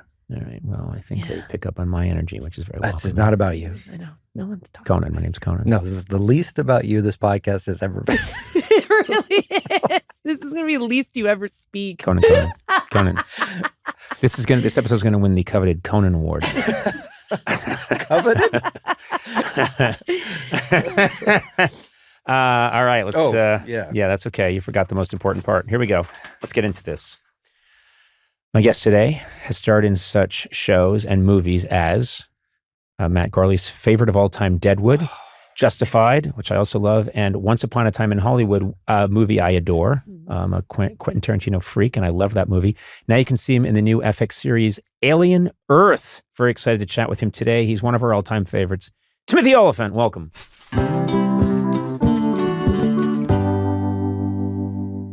You know, we hang out, Timothy and I call him Timothy because we're close. Timothy Oliphant. We hang out. Not long ago, I hung out with you and we wandered around. We looked at some of your artistic endeavors. You're a very artistic man. I want to get that word out there. This is my 3rd time here on the podcast, and I see nothing has changed. I love it. I wasn't sure because I knew it's gotten big. Yeah, huge. You know, I listen to it. I don't listen to it, but I read the transcripts. Yes. And he goes to the library and checks out the transcripts. It's so good. And it's so good. It's just this part where you're talking that needs to be improved. It just needs who edits it? Matt, right there. Matt, you're right here. Yeah. You're seeing what I'm seeing. Uh-huh. Nobody stops him. Yeah. Yeah. I you should hear what I cut out. Yeah. Really? Yeah. Really? Hours. Long screeds. Yeah. Yeah. We're trying to substitute someone in, swap them out, but the name's in the title. I've been honest about my affection for Timothy Oliphant and maybe my man crush. And then I find out today that there are 2 gentlemen in this room who join me in those feelings. And might even supersede you. Okay. Yeah. Why don't you go? I was told by Matt and by Adam. I love those guys. Yeah. He probably knows already. That's mutual. And what is it about Matt? the Timothy Oliphant episodes that seem to resonate? Oh, he just disassembles it and deconstructs it and takes over in such a lovely way. It's episodes of this show. Yes. That you've done. Wow. That you've been on. Don't set me up, Matt. No. Come on. We're like 5 minutes in. Yeah. No, we call you right. Never Miss Oliphant. So I guess the pressure's on. Go ahead. You're doing. Yeah, fill that space. Where are you going with this, O'Brien? The name's Conan O'Brien. You'll use my full name as I use yours, Timothy Oliphant. A lot of excitement. C is for comedy. Exactly. O is for N is for A is for and N is for no. Who's more chill than this guy? He walks in flip-flops? Yeah. Those are slides. The slides? Okay. Yeah. I'm sorry. What's Thank the you, difference Sona. between a flip-flop and a slide? How long you been in California, I don't Boston? know. I don't look down. Talk to me, Boston. No one wears How long these you in been here? Boston. No, these are what you... I told you once I was walking in the streets of Boston, Mm-hmm. and some guy lovingly came up and just said, "Hey, man, love your work. Say hey to Conan." That is what I want out there. Wow. I want anytime Tim goes someplace, That I guy want didn't- people to be shouting me out. Didn't break stride, that guy. No, they got a lot to do in Boston. He had to get It's to as good as it gets. He had to get to a And Dunkin'. as I'm fast just as going to he hope could. and trust he's listening, and he knows that I'm talking to him right now He when I knows. say that's as good as it gets. He's right from there. Medford. That's pretty good. No, there's a lot of affection for you, Timothy B. Oliphant. I don't know your middle name. I just made that up. It's close. Is it? D. Close enough. Uh-huh. Look at him drink. It's incredible. Jeez. The What? play-by-play. You've added play-by-play Then he set to it the down onto a podcast? little rubber coaster. Who picked these coasters out, by the way? I think it's for sound. I picked the coasters. For sound, Adam, right? These are for sound. Does Adam remind you at all of Michael Cera? Do you get a Michael Cera vibe from him at all? Thank you. Thank you. Stronger, handsome, strapping Michael Cera. Yeah, exactly. Right Yeah. there. All right, sure. Fantastic having you here. It's good to be here. You and Thank you guys for having me. You and I, Am I the first? I couldn't be the first to return again, but the second or fifth, seventh? Oh, I don't Good know. question. Who's Eighth? the How many? first returnee? I mean, That's a we're- good question. I mean, first of Bill all, Burr? It might have been. I think it was Bill Might have Burr. been. might have been Bill Burr. But you, Oh, I mean, Bill what do Hader. the fans say? God, I thought Weigh you guys in on would this. have Weigh this in on this. readily available. I didn't mean to hold up the show. Yeah, we have all these facts at your fingertips. How much water do I displace when placed in a tank? Tell us, Adam. What are the fans? What's the reaction? Because we get a very strong reaction. I always assume negative when Timothy's on, but apparently it's not. No. It's Opposite. universally positive. Yes. Okay. Universally positive. And they love too that it's a whole different kind of episode when he's on. Yeah, because What- he's I a don't like- rascal. Because Yeah. he comes in and he just takes over. He's a rascal. Last time he did the introduction himself. You weren't even a part of it. He made me leave the room. You know what he is? He is a rascal. Rascal implies, and I say it like that, rascal. And I don't mean the device that some older people use to get through the mall. I mean, in the oldest timey sense. And cut. He is. He's a scamp. You're a scamp. How you been? You're a lovable. We, I'm good. we haven't seen each other in a while. I've been good, staying out of trouble. How about you, man? How's it going? Really? That's Yeah. how quick? Yeah. How about I this like weather? to get the ball out of How my about side this of the- weather, I like O'Brien? to get the ball out of my court so fast. Wow. How Come have I on. been? I've been fine. I've been okay. Yeah. I've been good, and I don't think there's much going on in my life, just here podcasting. What? There's a lot There's- always are you going on kidding in me? your life. You're constantly Yeah. doing things. You have You're to- a very you can't- busy person. I haven't seen you in a while. And then if you say nothing's been going on, then all I can do is take offense to that. Aren't you flying on Thursday to go do Toy Story? I'm flying today. Oh, see, there's a lot going on. You're Yeah. doing Okay. Toy Story? Toy Story 5. What number 5? Yeah. Guys, that's always the best one. Friday the 13th, part 5. Yeah. Death Wish number 5. Best one. It's always like the first one's amazing. The second one's like, it didn't really need a sequel. The third one's like, what are they just trying What to are they grab the trying to money? do? But the fourth and then the fifth is when it's like, oh, That's what I'm that's what banking they were on, trying yeah. to do all along. Yeah. Yeah, That's you're- what they were reaching for all along. And you're a part of that. I was excited because when they approached me, the impression I got was that I was going to be the face of the franchise now. That's the impression I got. Right. And then I Maybe find they out are like- using your face because they're all little funny toys. Okay, that's not nice. That's not Got nice. cruel. That's Got not nice. cruel. I didn't realize. Don Rickles has stopped by. A taste of your own medicine, man. No, come on. I don't think so. Really? I think I'm a kind man. Okay, I appreciate that because it felt like it hurt a little. No, it didn't. Okay, hurt. it was No, good. That's what You know we it was deal you. with from him all Okay. the time. I mean, he's calling him Michael Cera. Nothing against Michael Oh, Cera. what? but, you Michael know. Cera's. Why don't you apologize to Michael Cera? I meant it as a compliment. I think Yeah. Michael Cera's a very So- good-looking guy. so did I. So what the fuck are you talking about? Well, how are you talking to Michael, me I like- just want to know if you're listening. Nobody took it that way. O'Brien, He's a regular. be honest. Be honest. It was a slam. Ah. Total slam. Whenever I see someone who's really sick, I say, "What happened to you, Michael Cera?" I visit like wards where people are very ill. I go, By the "Hey, way- a whole room full of Michael Ceras here." Let me circle back. Always kills. They laugh really hard and they all die immediately. Let me circle back because Oh my God. it occurs to me I'm in show business and he might be listening. I'm a huge fan. Yeah, me too. Huge fan. Yeah, me He's lovely. too. Yeah. And I think he's handsome. Hey, Very Scott Pilgrim, talented. that's one of my favorite movies of Oh, the last 10 amazing. years. Yeah. Great movie. Well, it's longer than 10 years. I think it's 11. Yeah, and then he wrote a one, went to the Oscars. Right. Got that guy an Oscar. That guy, Culkin. What? One of the Culkins. I know. He knows which one. I'm a fan of his as well. God damn it. Kieran. Jesse Eisenberg? You're talking Thank about you. Jesse Eisenberg. That's not Michael Cera.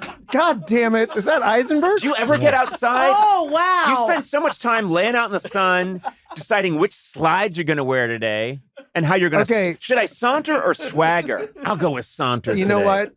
I want to take this opportunity now to say I'm a fan of both those guys. You're going to go far in this business. You're going to go so far. God damn it. I want to come back as this guy. I'm all in my head, freaked out all the time. And then right? I will say, No. I mean, from where Eduardo and I are sitting, no offense, it is kind of like a before and after picture. Oh Jesus! Wow. What the You know? What are you doing? Well, I don't want to pull Eduardo into this. Piling on. I'm not co-signing. Well, all right. Well, I'm just saying. I was just thinking. Yeah, I'm before the accident, and he's after the accident. Well, I'm just saying. Like, That's the only assumption. It's kind I of can- like Captain America. It's like Steve, the before, That's and then he just goes rude. in a thing. Look at his hair. Yeah. Look at his great hair. This is the greatest hair in show business right Yeah. there. I don't know what you you're talking about. Okay, I guess you guys both have great. I'm just gonna stop talking. You know what? You. There's He's a tan, reason. you're pale. I'm just saying. It kind of. He's really. Look at his. You know what? biceps. Blay, Jesus Blay, Christ. Blay, just check yourself out for a little Okay, while. I'm And gonna- think about what you did. So sorry. You actually have a little color. I feel like you've been in the sun. I have been a little bit in the sun, but Yeah. you would be shocked at how little I've been in the sun. Right. It was just, I can do this in 5 minutes. This was just from the car into the Probably. studio. Yeah, probably was. This is reflected Forgot light. your umbrella. This is the light from my from my clock radio at night. From your iPhone. Yeah. You're a lovely man. Thank you're you. You're a man. I'll tell you something. I know you don't like to Is be this you complimented. keeping this on track? Yep. Just going. There's nothing There's on no his question. notes. Look at the notes There I are have. no- I'm Oh my been God. These are my notes. It has Wednesday. the date at the top. There is nothing There's on his nothing on these notes because you know what's so funny?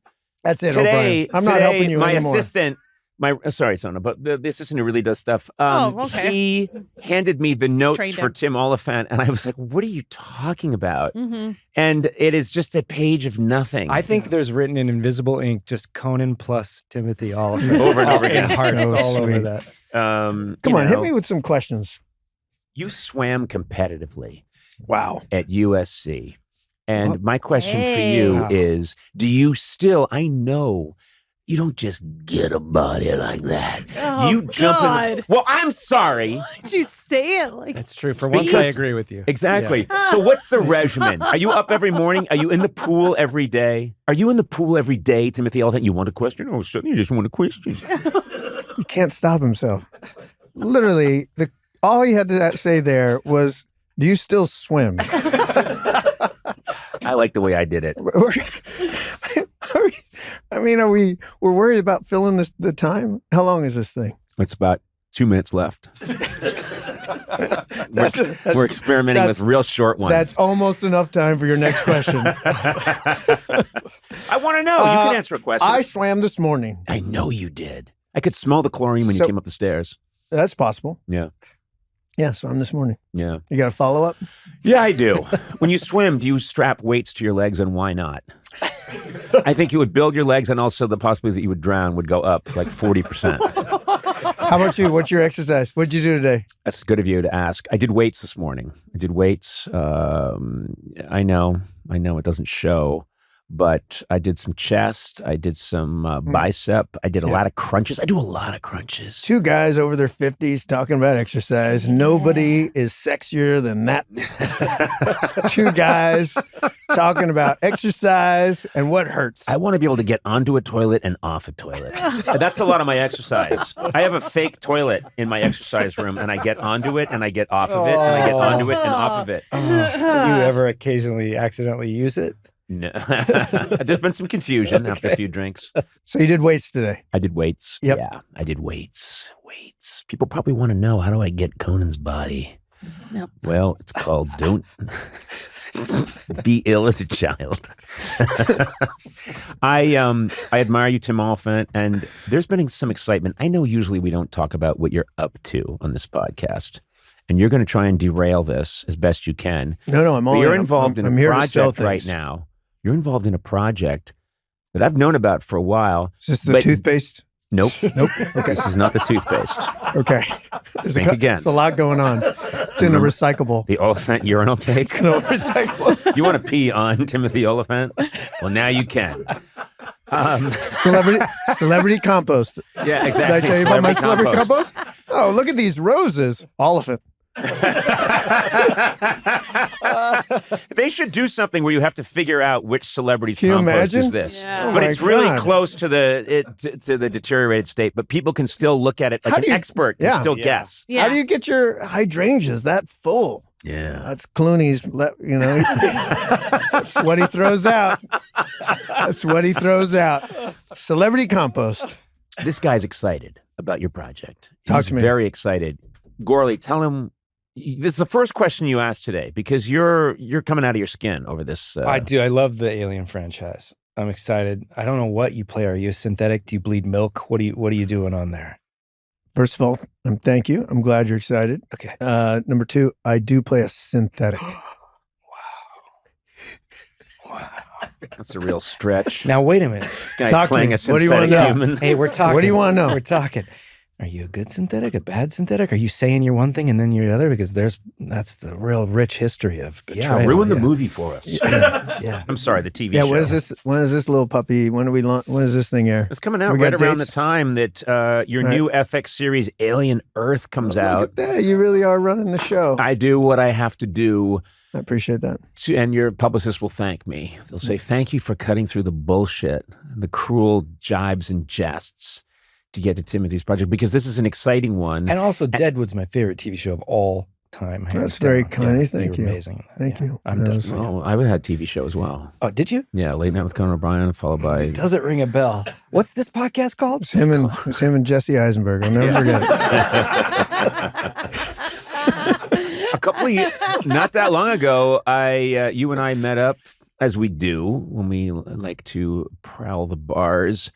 And you had very different hair, and you were headed off to Thailand, or had just come back from Thailand. Thailand. What's that? Yep, I was in Thailand. Yeah, isn't that what I said? Yeah, no, sorry. I thought I'd stop you.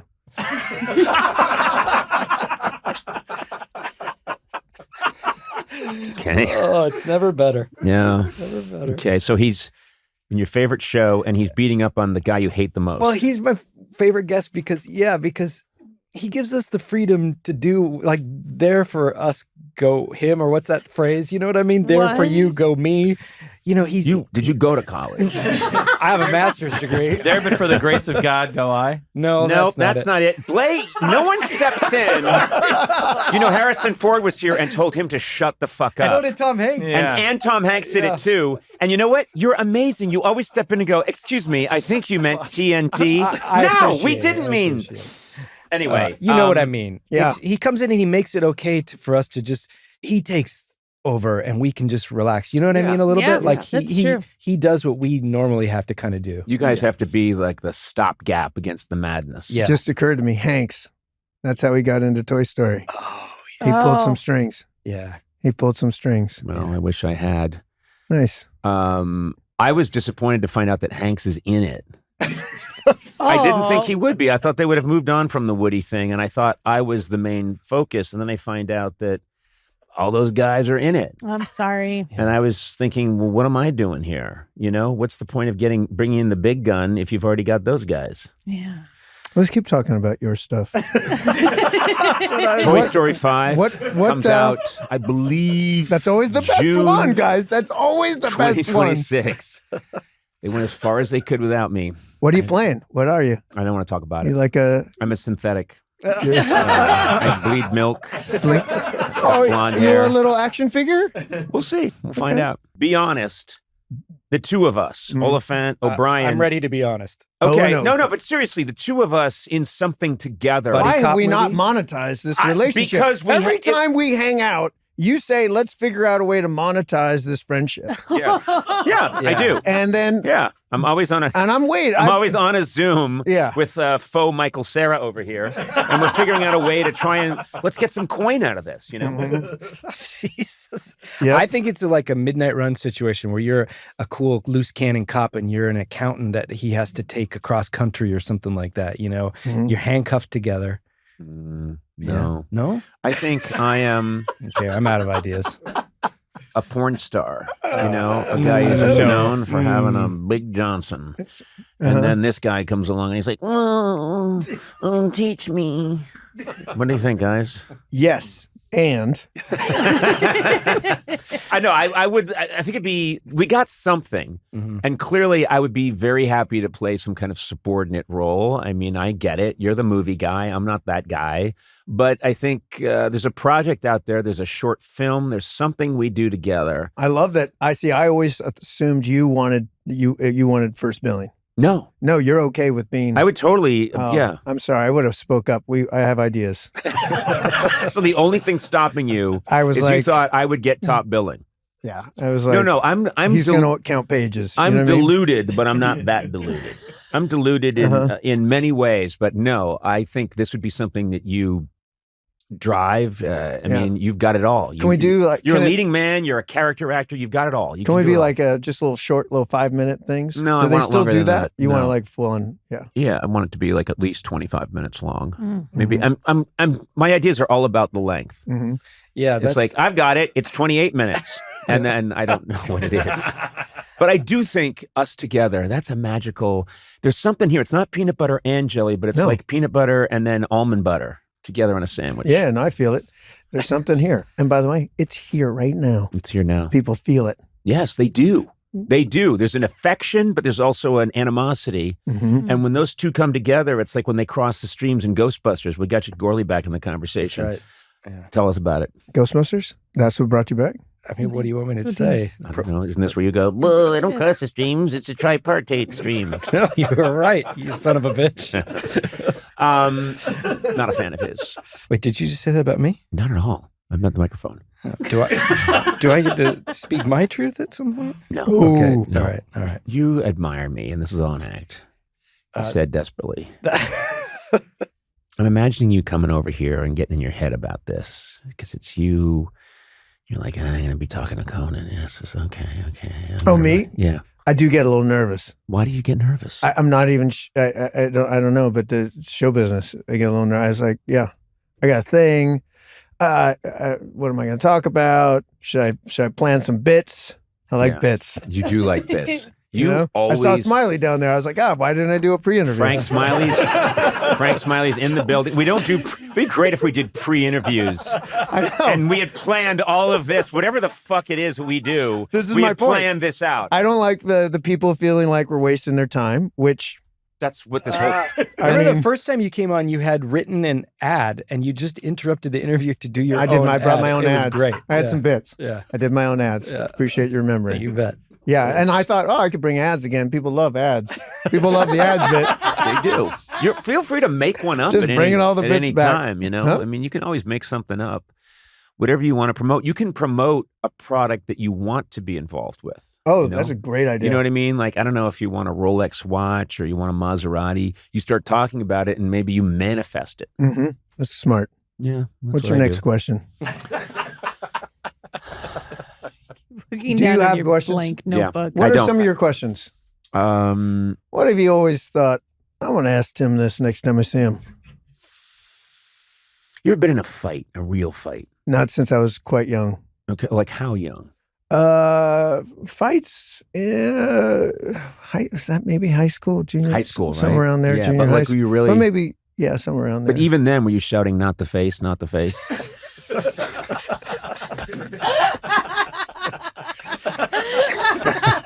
I'm to be an actor, you see. He is good looking. We shouldn't hit him. Yeah. I would shout, "Why not the face?" and they would say, "Why?" You would shout, the face, the face. The face. Yeah. You might rearrange things in a more pleasing manner. Yeah. How about you? I got my face punched in Boston once, down the North End. Yeah, near what was then I guess it might still be the aquarium. Yeah, I was walking with a friend of mine. Bunch of kids came over. They said, "Give us 50 cents." I said, "I don't feel like it." And in the time when I finished saying, "I don't feel like it," I got hit so hard in the face. I think once, maybe twice, but anyway, shattered my nose and went to the emergency room. Yeah. Oh. And they had to remold. They had to make a nose out of scratch.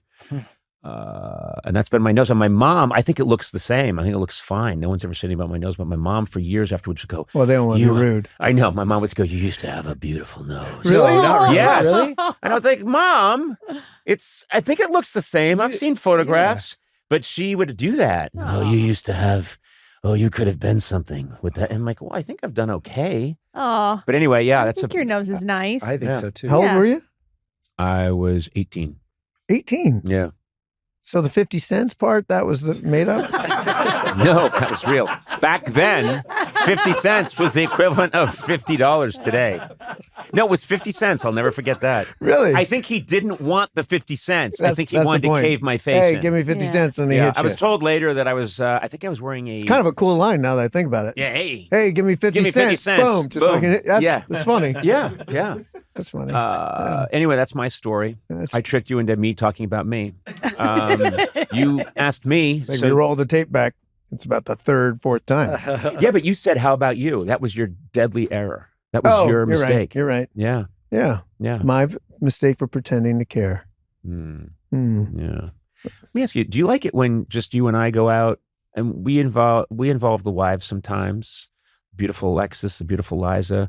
We involve them. But do you like it when it's the four of us, or do you really like, oh, it's just me and Conan, man. This is going to get off the hook.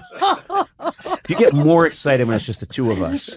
Because I know I do. I think we all know that you do. Yeah, you didn't have to say it. We all knew that. I think they get more excited when it's just the two of us. We get to stay home and watch Below Deck. We have to listen to these idiots. That's a my fair wife question. told me to give you a message and ask about Liza and her family, and don't let me forget that. Okay. Because I realized we jumped right on the air. And All right, so- I will do that. Yeah, I will. okay, We will discuss that. Everything's good. Everyone's fine. Okay, good. That's nice of you to ask. She's fantastic. I love your wife. Thank She's an amazing person. She's also I love her art as well. I've seen her crafting her. Did you guys just? Why That's right. You came. It sounds like you want to came- be her. No. Just to wake up every day. I love and her. he's right there. I love her as well. I don't know. I love her as Am well. I wrong? And we love your wife. I feel like Liza, both our wives have in common, they make us look better. I think that's fair. I think Sona put I it think- best in my regard, where she said once about Liza, she's the only part of you I like. It's my favorite thing about you, for sure. Yeah, he can't be that bad. Liza, right? Yeah, exactly. Yeah, exactly. exactly. Yeah, she's a redeeming quality. Yes. It's like you chose a running mate to make you electable. Hey, she got me Texas. Yeah, she's your LBJ. She got me Louisiana. Exactly. Yeah, that's about right. She picked up some swing states, and I won. Yeah, you think I don't sit here with a list of questions. I usually just let it happen. Yeah. And I think that's the charm of this podcast. Oh, yeah, this is happening. Well, I think it is. You know, you keep, and you do this every time. You question the process, you question my methods, and we always end up with a good pod. I love it. You're a chaos agent in the best way. That's what I like about it. It shakes this podcast up. Yeah. Yeah. Oh, I appreciate it. It's good to be here. Let's get started. We're out of time. I just want you to be happy. That's all I've ever wanted for you. Oh my gosh. That's all I've ever wanted, for you to be happy, you know? Who are your buds? Who are your pals? And let's exclude me for a second. But this is a guy, Tim Oliphant's a guy who's loyal to his old pals. He's loyal to his old friends. You have friends from back in the day. Yeah. Back in the late 50s when no one lived out in L.A. You had your switchblade in your back pocket. Yep. You'd drive I was around in a texting 55. him all this morning. We were getting texts this morning from my buddies. this guy also, he loves a jazz fest. Oh man, does he love to go to New Orleans and see a bunch of jazz and live music. And he wears a scarf around his head and he dances around. He's always saying, you should come with us. And I think, no, I don't want to. Oh yeah, I did mention you would enjoy the. I don't know, would I? Yeah, a lot of gumbo and yeah. I don't know, but that's my It's thing. good food, Yeah. good times, good music. Okay. I didn't go this year. Why I think not? Pearl Jam was there this year. I think they headlined. They Pearl do Jam. jazz now? Jazz Fest says, don't make me explain Jazz Fest. Okay. I'm just going to say, I just pictured Eddie Vedder on stage going, Wow. Crowd walking out. I love the way you play to them when you go off on these things. By the way. I try to crack them I up. just want you to know, you can't. I love it. I can't look at you when I'm doing this shit. the only reason we're on all the I show, see is huh? judgment. This is my I impression just of see you doing judgment. the show. Uh-huh. So you go to Jazz Fest? I could see the. I've thrown my neck out. Let me turning ask to you, them. who are your buds? He's got buds. He's got These guys bugs. They get kegs and they hang out at the canal. Well, come on. Yes. Come on, get me. That's what the people like. Come on, man. He's gonna make quite a Reddit Substack. He's doing it again. Is that a thing? I don't know. Substack. Reddit Substack? I don't know. Oh, man. I don't know this world you guys are in. I don't know what a Substack. I just know there is a thing. There is a thing. Yeah, I don't know what that is though. No, you're too cool to know about it. You got your slides. You got whatever you've been working on lately. Paper mache volcano, whatever you've been crafting. Huh? You're asking about buds? Yeah. Just who are my buds? Well, you're friends with people from way back in the day. I'm friends with. You're a loyal guy. I'm gonna start shouting them out. Mm-hmm. So yeah, since I was like, my buddies since I was like 6. Mm-hmm. I'm gonna write these names down. Stoll, you've met it? I've met some of them. Yeah. My buddy Stoll, Steve Stoll. Yep. Yeah. Steve Stoll. Hey, Steve Stoll. Exactly. Smithers. Yep. Smithers. Smithers now doing you're his just thing. going to Bennett Simpsons just characters. texted me this morning. Yep. JB. Yep. Got a nice text from him. Yep. I did an episode of the show Stick. Yes, Stick. Yeah, it's really Owen Wilson. I know my episode aired last night because I got text from a bunch of buddies that just said nice ass. Yeah. Oh, you showed your ass. By the way, not my ass. Oh. And I'm so excited this came up because there's nothing better to me than like when you see the Hollywood Reporter and the story is like not Oliphant's ass in Stick. You know, you realize they have nothing to talk about in the Hollywood Reporter. Right. They How just does that work, it was a though? cover. What? Do they take like reference photos of your ass and jeans and try to match it with someone's bare ass? No, How do this they do- this is how it works. So I got the gig, which is a great gig. I enjoyed the hell of it. I'm going to preface the story with that. Owen Wilson. Can't get enough of Owen Wilson. So it's always something. Right before you start a job, there's always a little drama somewhere. And this was a small one, but right before, I think I was about to get on the plane, they're like, hey, you have this scene and you're getting spray tanned and they think it'd be funny if you were naked. And are you okay with that? Or is that a problem? And I asked Alexis, I said, hey, they want me to be naked, see my ass in this thing. And then she's like, what's in it for you? You know what I mean? Like, she's like, nowadays, if you're naked on TV, you're basically naked on the internet. Mm-hmm. They've kind of ruined it, right? Right. And it makes me so mad when actors are naked on like mediocre shows. Yeah. I'm so mad. I was naked on Alf. That was Alf. Oh. You were a body double. You were Alf's body. My dick that was Alf. That's what I was getting at. Yeah. For 2 seasons, my dick was out because the puppet got lost. The contract dispute. Yeah. Anyway. God, I'm so happy I brought that. This whole story led to that. But listen, so that's a win. But your wife said, best not to show your ass. She was just like, "What's in it for you? Everything gets on the internet, and then it's just your ass on the internet." And also, and this is where she sold me. She's like, also, you could leave. You don't have to. They can shoot that, and you've left the set, and you're just will go out.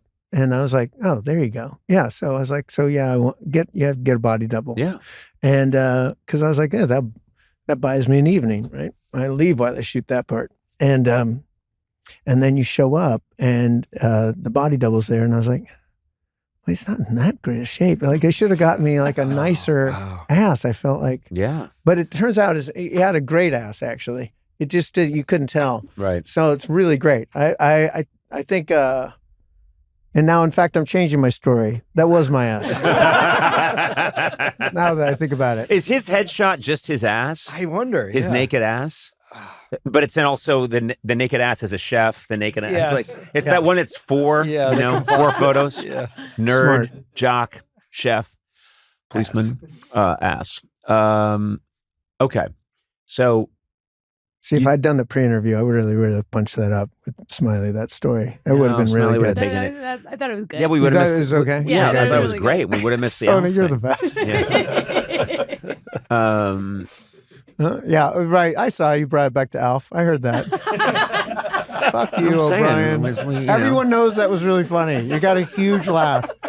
You Very played big. it to the people, Very and big. it totally sold. Very big. I'm counting. That was a Very big one. good. That was a Matt, big one. Matt set him up for that. We got to give credit where credit's due. That's fine. I'm used to just being forgotten. Oh my What's going God. Wow. What's going on with him today? Oh no, this has nothing to do with here. It's just at home. Okay. Yeah.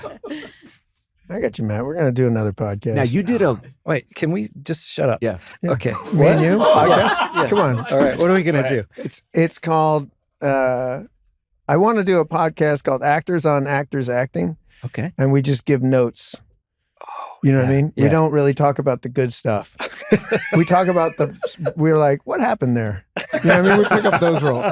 You know what I mean? Yeah. We bring out really great people. We introduce them with lots of like, you were in this, that was great. You were in that one, loved it.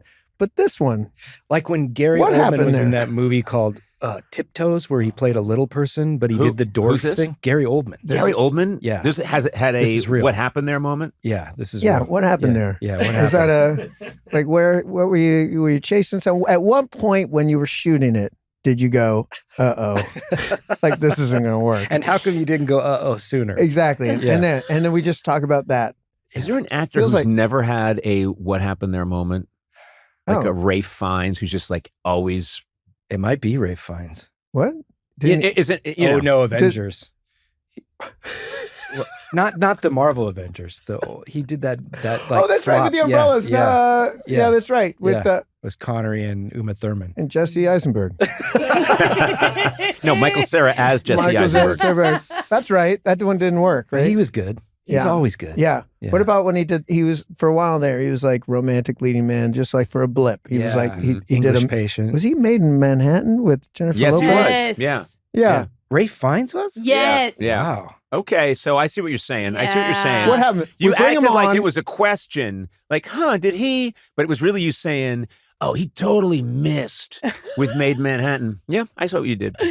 Oh, because Apologies, Rafe. by the way, he's so good. He's very good. Let's be honest. Yeah. What He's about amazing. you? Have you He's- had a moment where you were I like, love what that was we I? say so good. I've seen him not in also I just saw him I've seen him on stage twice. Oh my God. Like, oh my What was God, he- jaw what was he dropping. in? Like Shakespeare or what? I saw him in Shakespeare way back when on Broadway with a young Damian Lewis. Really good. Yeah, he's fantastic. I love that guy. That guy's a good dude. I haven't talked to that guy in a long time, but he's a good dude. I don't know if I've I met realize him. when I'm on Have the I met show, it him? occurs to me people might listen. People probably listen to it. Some people. Well, if Uh, Damian Lewis is listening to this, I want him to know. And Adam, I can't speak to numbers, but this is a big Very punch. big. Damian Lewis probably listens. probably listens. He's a We're wonderful. doing Damian Hey, Lewis numbers. Adam knows By the way- everyone who listens. He's He's a got a wonderful little- guy. He's a good guy. Damian I Lewis. loved him. I loved him as Henry VIII. He was fantastic. Yeah, yeah. he's Yeah. a crazy good actor. Good dude. Yeah. We were in a movie that was really bad, Which one? but it was fun. That could be like, oh, what happened there? Dreamcatchers? Yeah, Dreamcatchers. Wow. I love Larry Kasdan too. Just I realize answered. you I can't am talk the about Rain Man anyone. of What if movies. it I don't know wasn't what the this is. movie But wait, he was what's Dreamcatcher? talking I don't about? know. Oh yeah, I don't you think just I've added seen- one. Trust How me. did you pull Dreamcatchers out of your ass? I've got. know. Well, Damian Lewis is in it. He had a cast member. Yeah. He had a cast member. Okay. I All right. just love movies. What can I say? I don't know. I just sure. I have That's a database in here that I'm not proud of. It was a you know? great. God, that was a fun set. A great experience. Wow. But yeah, the movie didn't work. But Damien, yeah, that's where I met Damien. You have the memories of making. So many memories. Yeah. Oh, so many good ones. Oh, and you Let's guys not- were in Once Upon a Time in Hollywood together too. Oh, there you go. He was Steve McQueen, right? Yes, he was. Yes, he Yeah. was. Yes, he was. He was great as Steve McQueen. Yeah. Really good. And they had a one day there. I'm sure there's gonna be a long version of that film. And if I'm not mistaken, he has a really cool scene with Leo. And There was talk of maybe there being other projects coming out There of that is. movie. There's a which, sequel that Tarantino wrote and Fincher's directing about Yeah. Brad Pitt's oh, I didn't know character. that. Yeah, Wow. Okay. Mhm. All right. Yeah. All right. it's happening. Yeah. My question. What's that? You're- Yeah. Nothing. are they filming this? They're my filming this. question I is- love that they're. That camera just I don't caught know. whatever you did. I don't know. But we can cut it. I Do you- don't know. Do you want us to cut it? I don't know. There'll be. I don't. Let's see. I'll cut. I'm hoping I'm in it. Oh, gotcha. Okay. That'd be I exciting. think it'd be good. That'd be amazing. You never know. It only is what it is. Yeah. But my understanding is. You must have. So that's probably the kind of thing that you've. Tim, that's a big. I was gonna be in Tim. it when it was. That'd be a big deal that you would probably tell your friends about, right? I haven't seen you. Are you talking You about? haven't seen me. Yes, you've seen me. You saw me like a month ago. When we went to was that 2 months ago? When did we go to your art installation? Installation. Yeah. You came to the studio. Yeah. And we had a little And then ceramics. we got a bite It's to eat. all It was about- nice. That's where the future is, But guys. you're- Ceramic. Kids are listening. Don't go into show business. Go into ceramics. I bought 6 pots from you. You're telling your friends? Are you telling your friends? See, He's telling Stack. so Are you telling Smithers? Are you telling No. I wrote them down. That's the only thing you've written down this Smithers. whole Did you tell time. Bennett? Did you It's tell, listed as Bennett with a friends. K. JB. What's that? Bennett. What's a stupid name? JB. I like Bennett. It should be Bennett. Bennett. Tell him to change it to Bennett. Anyway, I think you would have told me that. You knew what a huge fan I am of the first film. You think you would have mentioned that to me? Yeah. Oh, no. I think I just got it was just a few weeks ago that I wasn't sure when they're. Yeah. Okay. Well, I'm still not sure. we won't dwell on this. Find out about this and say, what's he doing talking about it? He's out. Okay. That's It's all good. We got a lot of things going on. So we got, yeah. Mm-hmm. When does this thing come out? Oh, no, I'm not going to start talking about other projects. What am I here to? I'm here to sell the alien thing. No, you're not here to sell it. You and I have a great conversation, which we're having, by the way, whatever you think. And Alien then Hulu they say, I or got to have Disney more of that Plus. Tim Oliphant. What was he talking about at the end? And then we say, Alien Earth. Oh, the aliens come to Earth. That's fantastic. I've got to see that. I've heard that's really great. Yeah, they shot it in Thailand. And Tim Oliphant's in it. He was so great on the podcast. I got to see this. Thailand. 2 for 2. Works every time.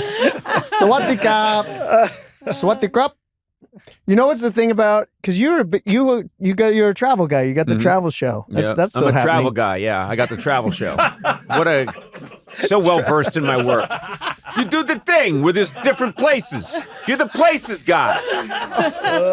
I'm just gonna play to them. You're the places guy. You go to the places. Okay, so here's the thing about the travel. Mm-hmm. It's such a fine line between trying to respect the language and the accent, and then you're like, now you just sound racist. Yep, exactly. You know what I mean? Yep. It's like if you just say like Swatikap, they're like, no, that's not how it goes. But if you go like Swatikap, they're like, okay, now you're making fun of us. Right. You know what I mean? You got to find this little sweet spot. Yes. Right? Exactly. That's been your experience. Nope. Not at all. I always get it just right. Very culturally sensitive. But I keep tell doing you- your version of the wrong one. Just do it a just couple when more you- times. It's all these different. When you go into a different land with the culture. Yep. Did I tell you we had been in Thailand for a few weeks, and we're using the like the translate thing. Yeah, The app. So you say the English, pops back out in Thai, Mhm. and then you say that. So we got our couple things down, right? And or at least I feel pretty confident. And we're branching out now, and we're now at restaurants. And I've been asking the waiters at any of the restaurant. I've been pointing to the menu and saying, what do you like? Yeah. Like, what's your favorite? Right. But saying that in Thai, and I'm getting nothing.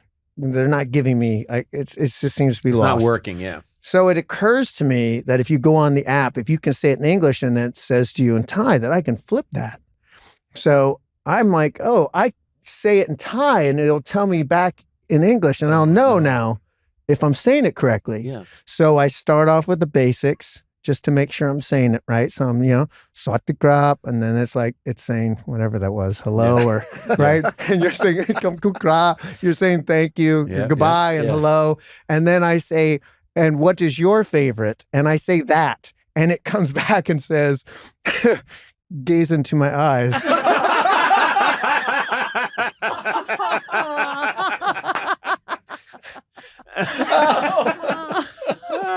And it all starts to make sense. Yeah. So for at least 2 dinners, You were telling people. literally, this is me. I go like, it's pretty good, right? Gaze into my eyes. Huh? Gaze into my eyes? That's fantastic. I'm surprised So no one's bad. just sort of got down and looked right into your I face. tried it so seriously too. Like I would really be like, just gaze into my eyes. But they're nice people, you know. So very good people. They were very nice. And the makes me food's laugh thinking extraordinary. about And that. you're a foodie as well. Did I tell you? Here's another cultural thing. Yep. I'm not letting you in, O'Brien. I got No. stuff to tell you. Because you think you're right. There's certain things you think universal. We're all right. And I'm with my buddy Jonathan. Hello to Jonathan out there. He's American who's been living in Thailand for like 15 years. Okay. And every now and then he gets a hankering for just something very American. So we went into a Subway. He's like, I'm going to get a meatball sandwich. And he orders the foot-long meatball sandwich. And this, God bless him, what a sweet young Thai kid on the other side of the counter. He gets out the bread and then he gets the little scooper they use. And it's 1 meatball, 2 meatball, 3 in there going up. Not the length of the bread. He's building a tower. So he's got a loaf of bread and a tower, small tower of meatballs. This is when it gets good. Yeah. He then gets the other piece of bread and he puts it on there. What? And that's when he realizes he's done something wrong. Bread touching bread, touching bread, touching bread. Because he looked up at us like he knew something was off, but he wasn't sure what. And I was like I give him a little nod to the.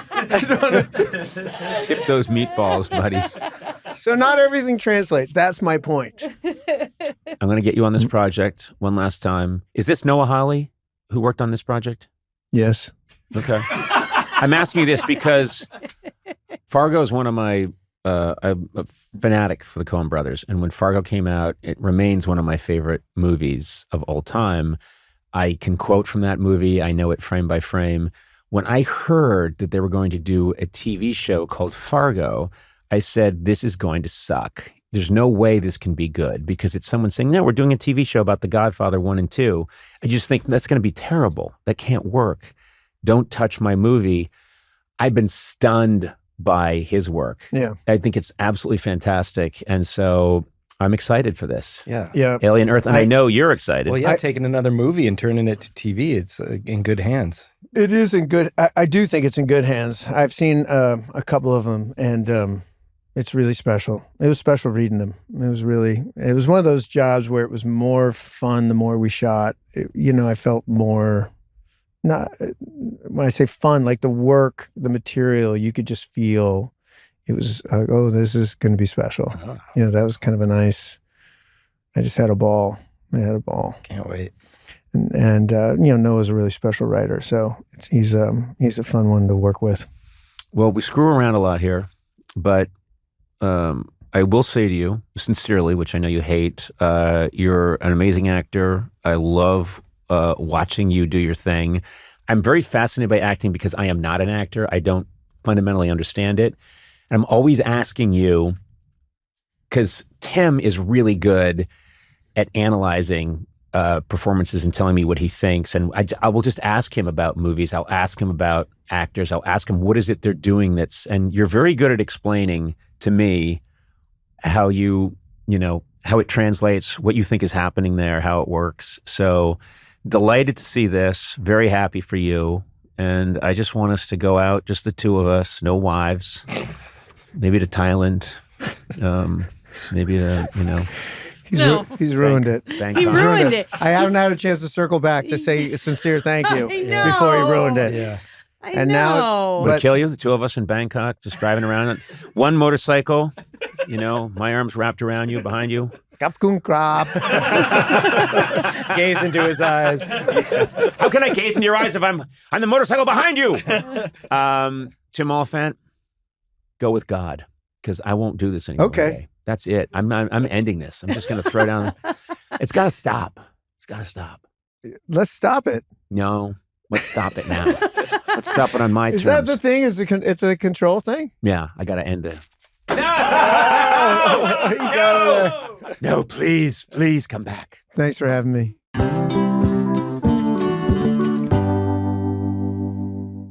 This message is brought to you by Apple Card. Did you know Apple Card's designed to help you pay off your balance faster with smart payment suggestions? Did you know that, Sona? I didn't. And because fees don't help you, Apple Card doesn't have any. None. So if your credit card is an Apple Card, maybe it should be. Subject to credit approval. Apple Card issued by Goldman Sachs Bank, USA, Salt Lake City branch. Variable APRs range from 18.24% to 28.49% based on credit worthiness. Rates as of July 1st, 2025. Terms and more at applecard.com.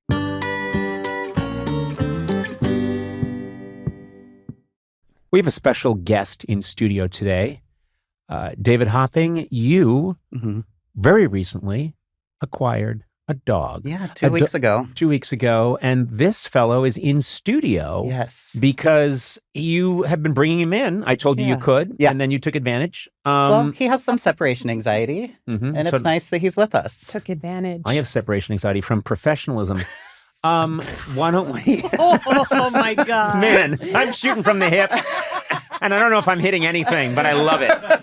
When I draw that fast, it's either going to be very good or like, what the fuck? Either way, I get the giggles. Atlas, where are you? Right here. This is Atlas. This is Atlas. Can you have Atlas sit up? Sit. I mean, we want to, if people are tuning in on video, Atlas is very good looking. He's a beautiful pup. And I have to say, you sent me a picture from the shelter, and I thought, you might have made a mistake because it looked like you would... What? No, because let me explain. Because he looked like a massive German Shepherd. Oh yeah. And I thought he was 3 times bigger than this because he photographed like a monster. Yeah. And then I meet him. He's a very gentle fellow, and Is not he part German Shepherd? Not that big. Belgian Malinois, but we don't know what else he's mixed with. What is a Belgian Malinois? It's like a police dog. Oh. Whoa. Are you smart? So watch out. Why did you say that so sensually? Because I've never heard of that word. What is a Belgian Malinois? I don't know. Because that's the only way you can say Malinois. Can you tell me this breed? What are their specialties? What is a Belgian Malinois? Malinois. Okay. They're supposed to be really smart, which he is. They have a lot of energy. He loves to run around. He ran around at your house last week. That's right. You brought him over. Yeah. And yes. Aww, my dogs, Oh. my dogs were not definitely. home at the time. Mm. They were vacationing in St. Bart's. But that's the ultimate in the bubble thing. My dogs are at St. Bart's. But he's very good looking and he's really sweet. He's the best. Aren't you? Yes, you are. Do you think he's bummed he can't be a dog? Like a cop dog? Sorry. I think a cop dog do dog shit with the cops? He doesn't really like going on walks. He likes to sit in the air conditioning, so I think he's fine. I think the dog's fine. I'm a little worried about Sona. Yeah, what is your problem? I don't know. Because his friends are all like cop dogs. I'm just wondering if he missed his calling. No, dogs aren't only friends with other people in their breed. Come on, all cops are just friends with cops, so it, It's true. It's what happens. They go to the same dog cop bar. How is your life changing? Let's talk about that. Well, I mean, because you're in a relationship. Yeah. How's Dustin doing with all this? Oh, Dustin, he was like so excited to get a dog. Are you guys both out of the house each day, or are you in this? Do you cohabitate? Yes. Okay, so is the dog home alone a lot, or not yet? We're working on it. We're building. That's up. why he's here today. That's why he's here right now. Okay. Yeah. You have you tried some of the tricks? There are things you can do to make a dog feel like it's not alone. Yeah. Well, you suggested we get like a heartbeat thing. Yeah, so we're trying that out. There's something that simulates a heartbeat. I've used it in my marriage. My wife was like, "You're human! I knew it!" And then the little thing fell out of my t-shirt. It's like a full stuffed animal, too. No, it's a little device that goes in the stuffed animal. Oh, got it. Yeah, it fits in a little sleeve in the stuffed animal, and it gives it a little heartbeat, and they're for, like, kittens and puppies. Atlas might be a little old for that. Yeah, How he old does is like that? watching TV. Like he knows when I say it's Love Island time, he jumps up on the couch. He's definitely your son. Yeah. Aw, Atlas. He loves this YouTube dog channel. It's does just, does he actually watch the TV? Because I have He one will of my sit and dogs watch. watches the TV and gets engaged. Yeah. Okie loves Isle of Dogs, that Wes Yeah? Anderson Oh, really? movie. Yeah, that's a good one for pups. My dog likes Kurosawa. Okay. Yeah. Fancy No, dog. loves the Criterion Channel. Okay. Yeah. Doesn't quite get the seventh seal. What's oh yeah, you're calling your dog. I thought you were He's coming to me. I mean, I think he just you likes go. me and stuff. Oh, Yeah. okay. I forgot Those that are you're- for Sona to eat? Yeah, I was going to say. I used to give Sona treats. When she'd get a task done right. When she do it right, remember? Yeah. But it was Yeah, alcohol. Good job. You called that person. Here you go. Yeah. So how is he changing your life? I mean- you got to get up and walk him in the morning. Yeah. It's good. It's a lot of walking, which is good. Dogs make you move more than you normally would. Yeah. We can't go to Disneyland as much, but it's worth it. Oh, I'm sorry. Yeah, as much you said, but you still go. Well, we haven't since we got him, but Can't you dress him as Goofy or something and go? Oh, that's a good idea. Yeah, you could dress him as a character. Can't you fake him as a service dog or something? I mean, that just feels wrong. Well, And now that we also, said you it. just revealed the scam. Yeah. No. Yeah, now everyone at Disney's gonna know. Does he like when Andy brings his dog in? And He hasn't met Andy's dog. Oh, I thought they were both here together today. Gina's dog. Oh, Gina's dog. was Yeah. here. Oh. Well, how dogs coming It's by. a very dog-friendly your office pets to here. work. I Yeah. should bring Okie. You bring should. my cat. You used to. I know. I brought my rat in, but EB killed it. Oh. She thought it was a random rat. It had a little bow tie. Yeah, and she also killed killed my it. cockroach I brought in. Jesus, I can't catch a break around here. He's a good-looking fella. He's the best. Yeah. He is. How old is he? This is the best They think use he's of about the a year. The best use of the podcast is to bring in a really cute animal and then talk about how you good it can't see. looks. And people are listening in their cars like, "What is this?" But I think there's a calming energy. It humanizes me to have a dog in the room. No, it just touched my leg. Get it away from me. No, it doesn't. Hmm? It doesn't humanize you. Well, something will. We'll find it. Let's get you that heartbeat thing. back. Yeah. It keeps falling out of my t-shirt. Well, you should try one of these tricks, David. I will. You know? Sorry, I was going to say I love a animal-friendly work environment. Yeah. me Thanks too. for doing that. Well, it was against my will. Would we ever get a studio cat?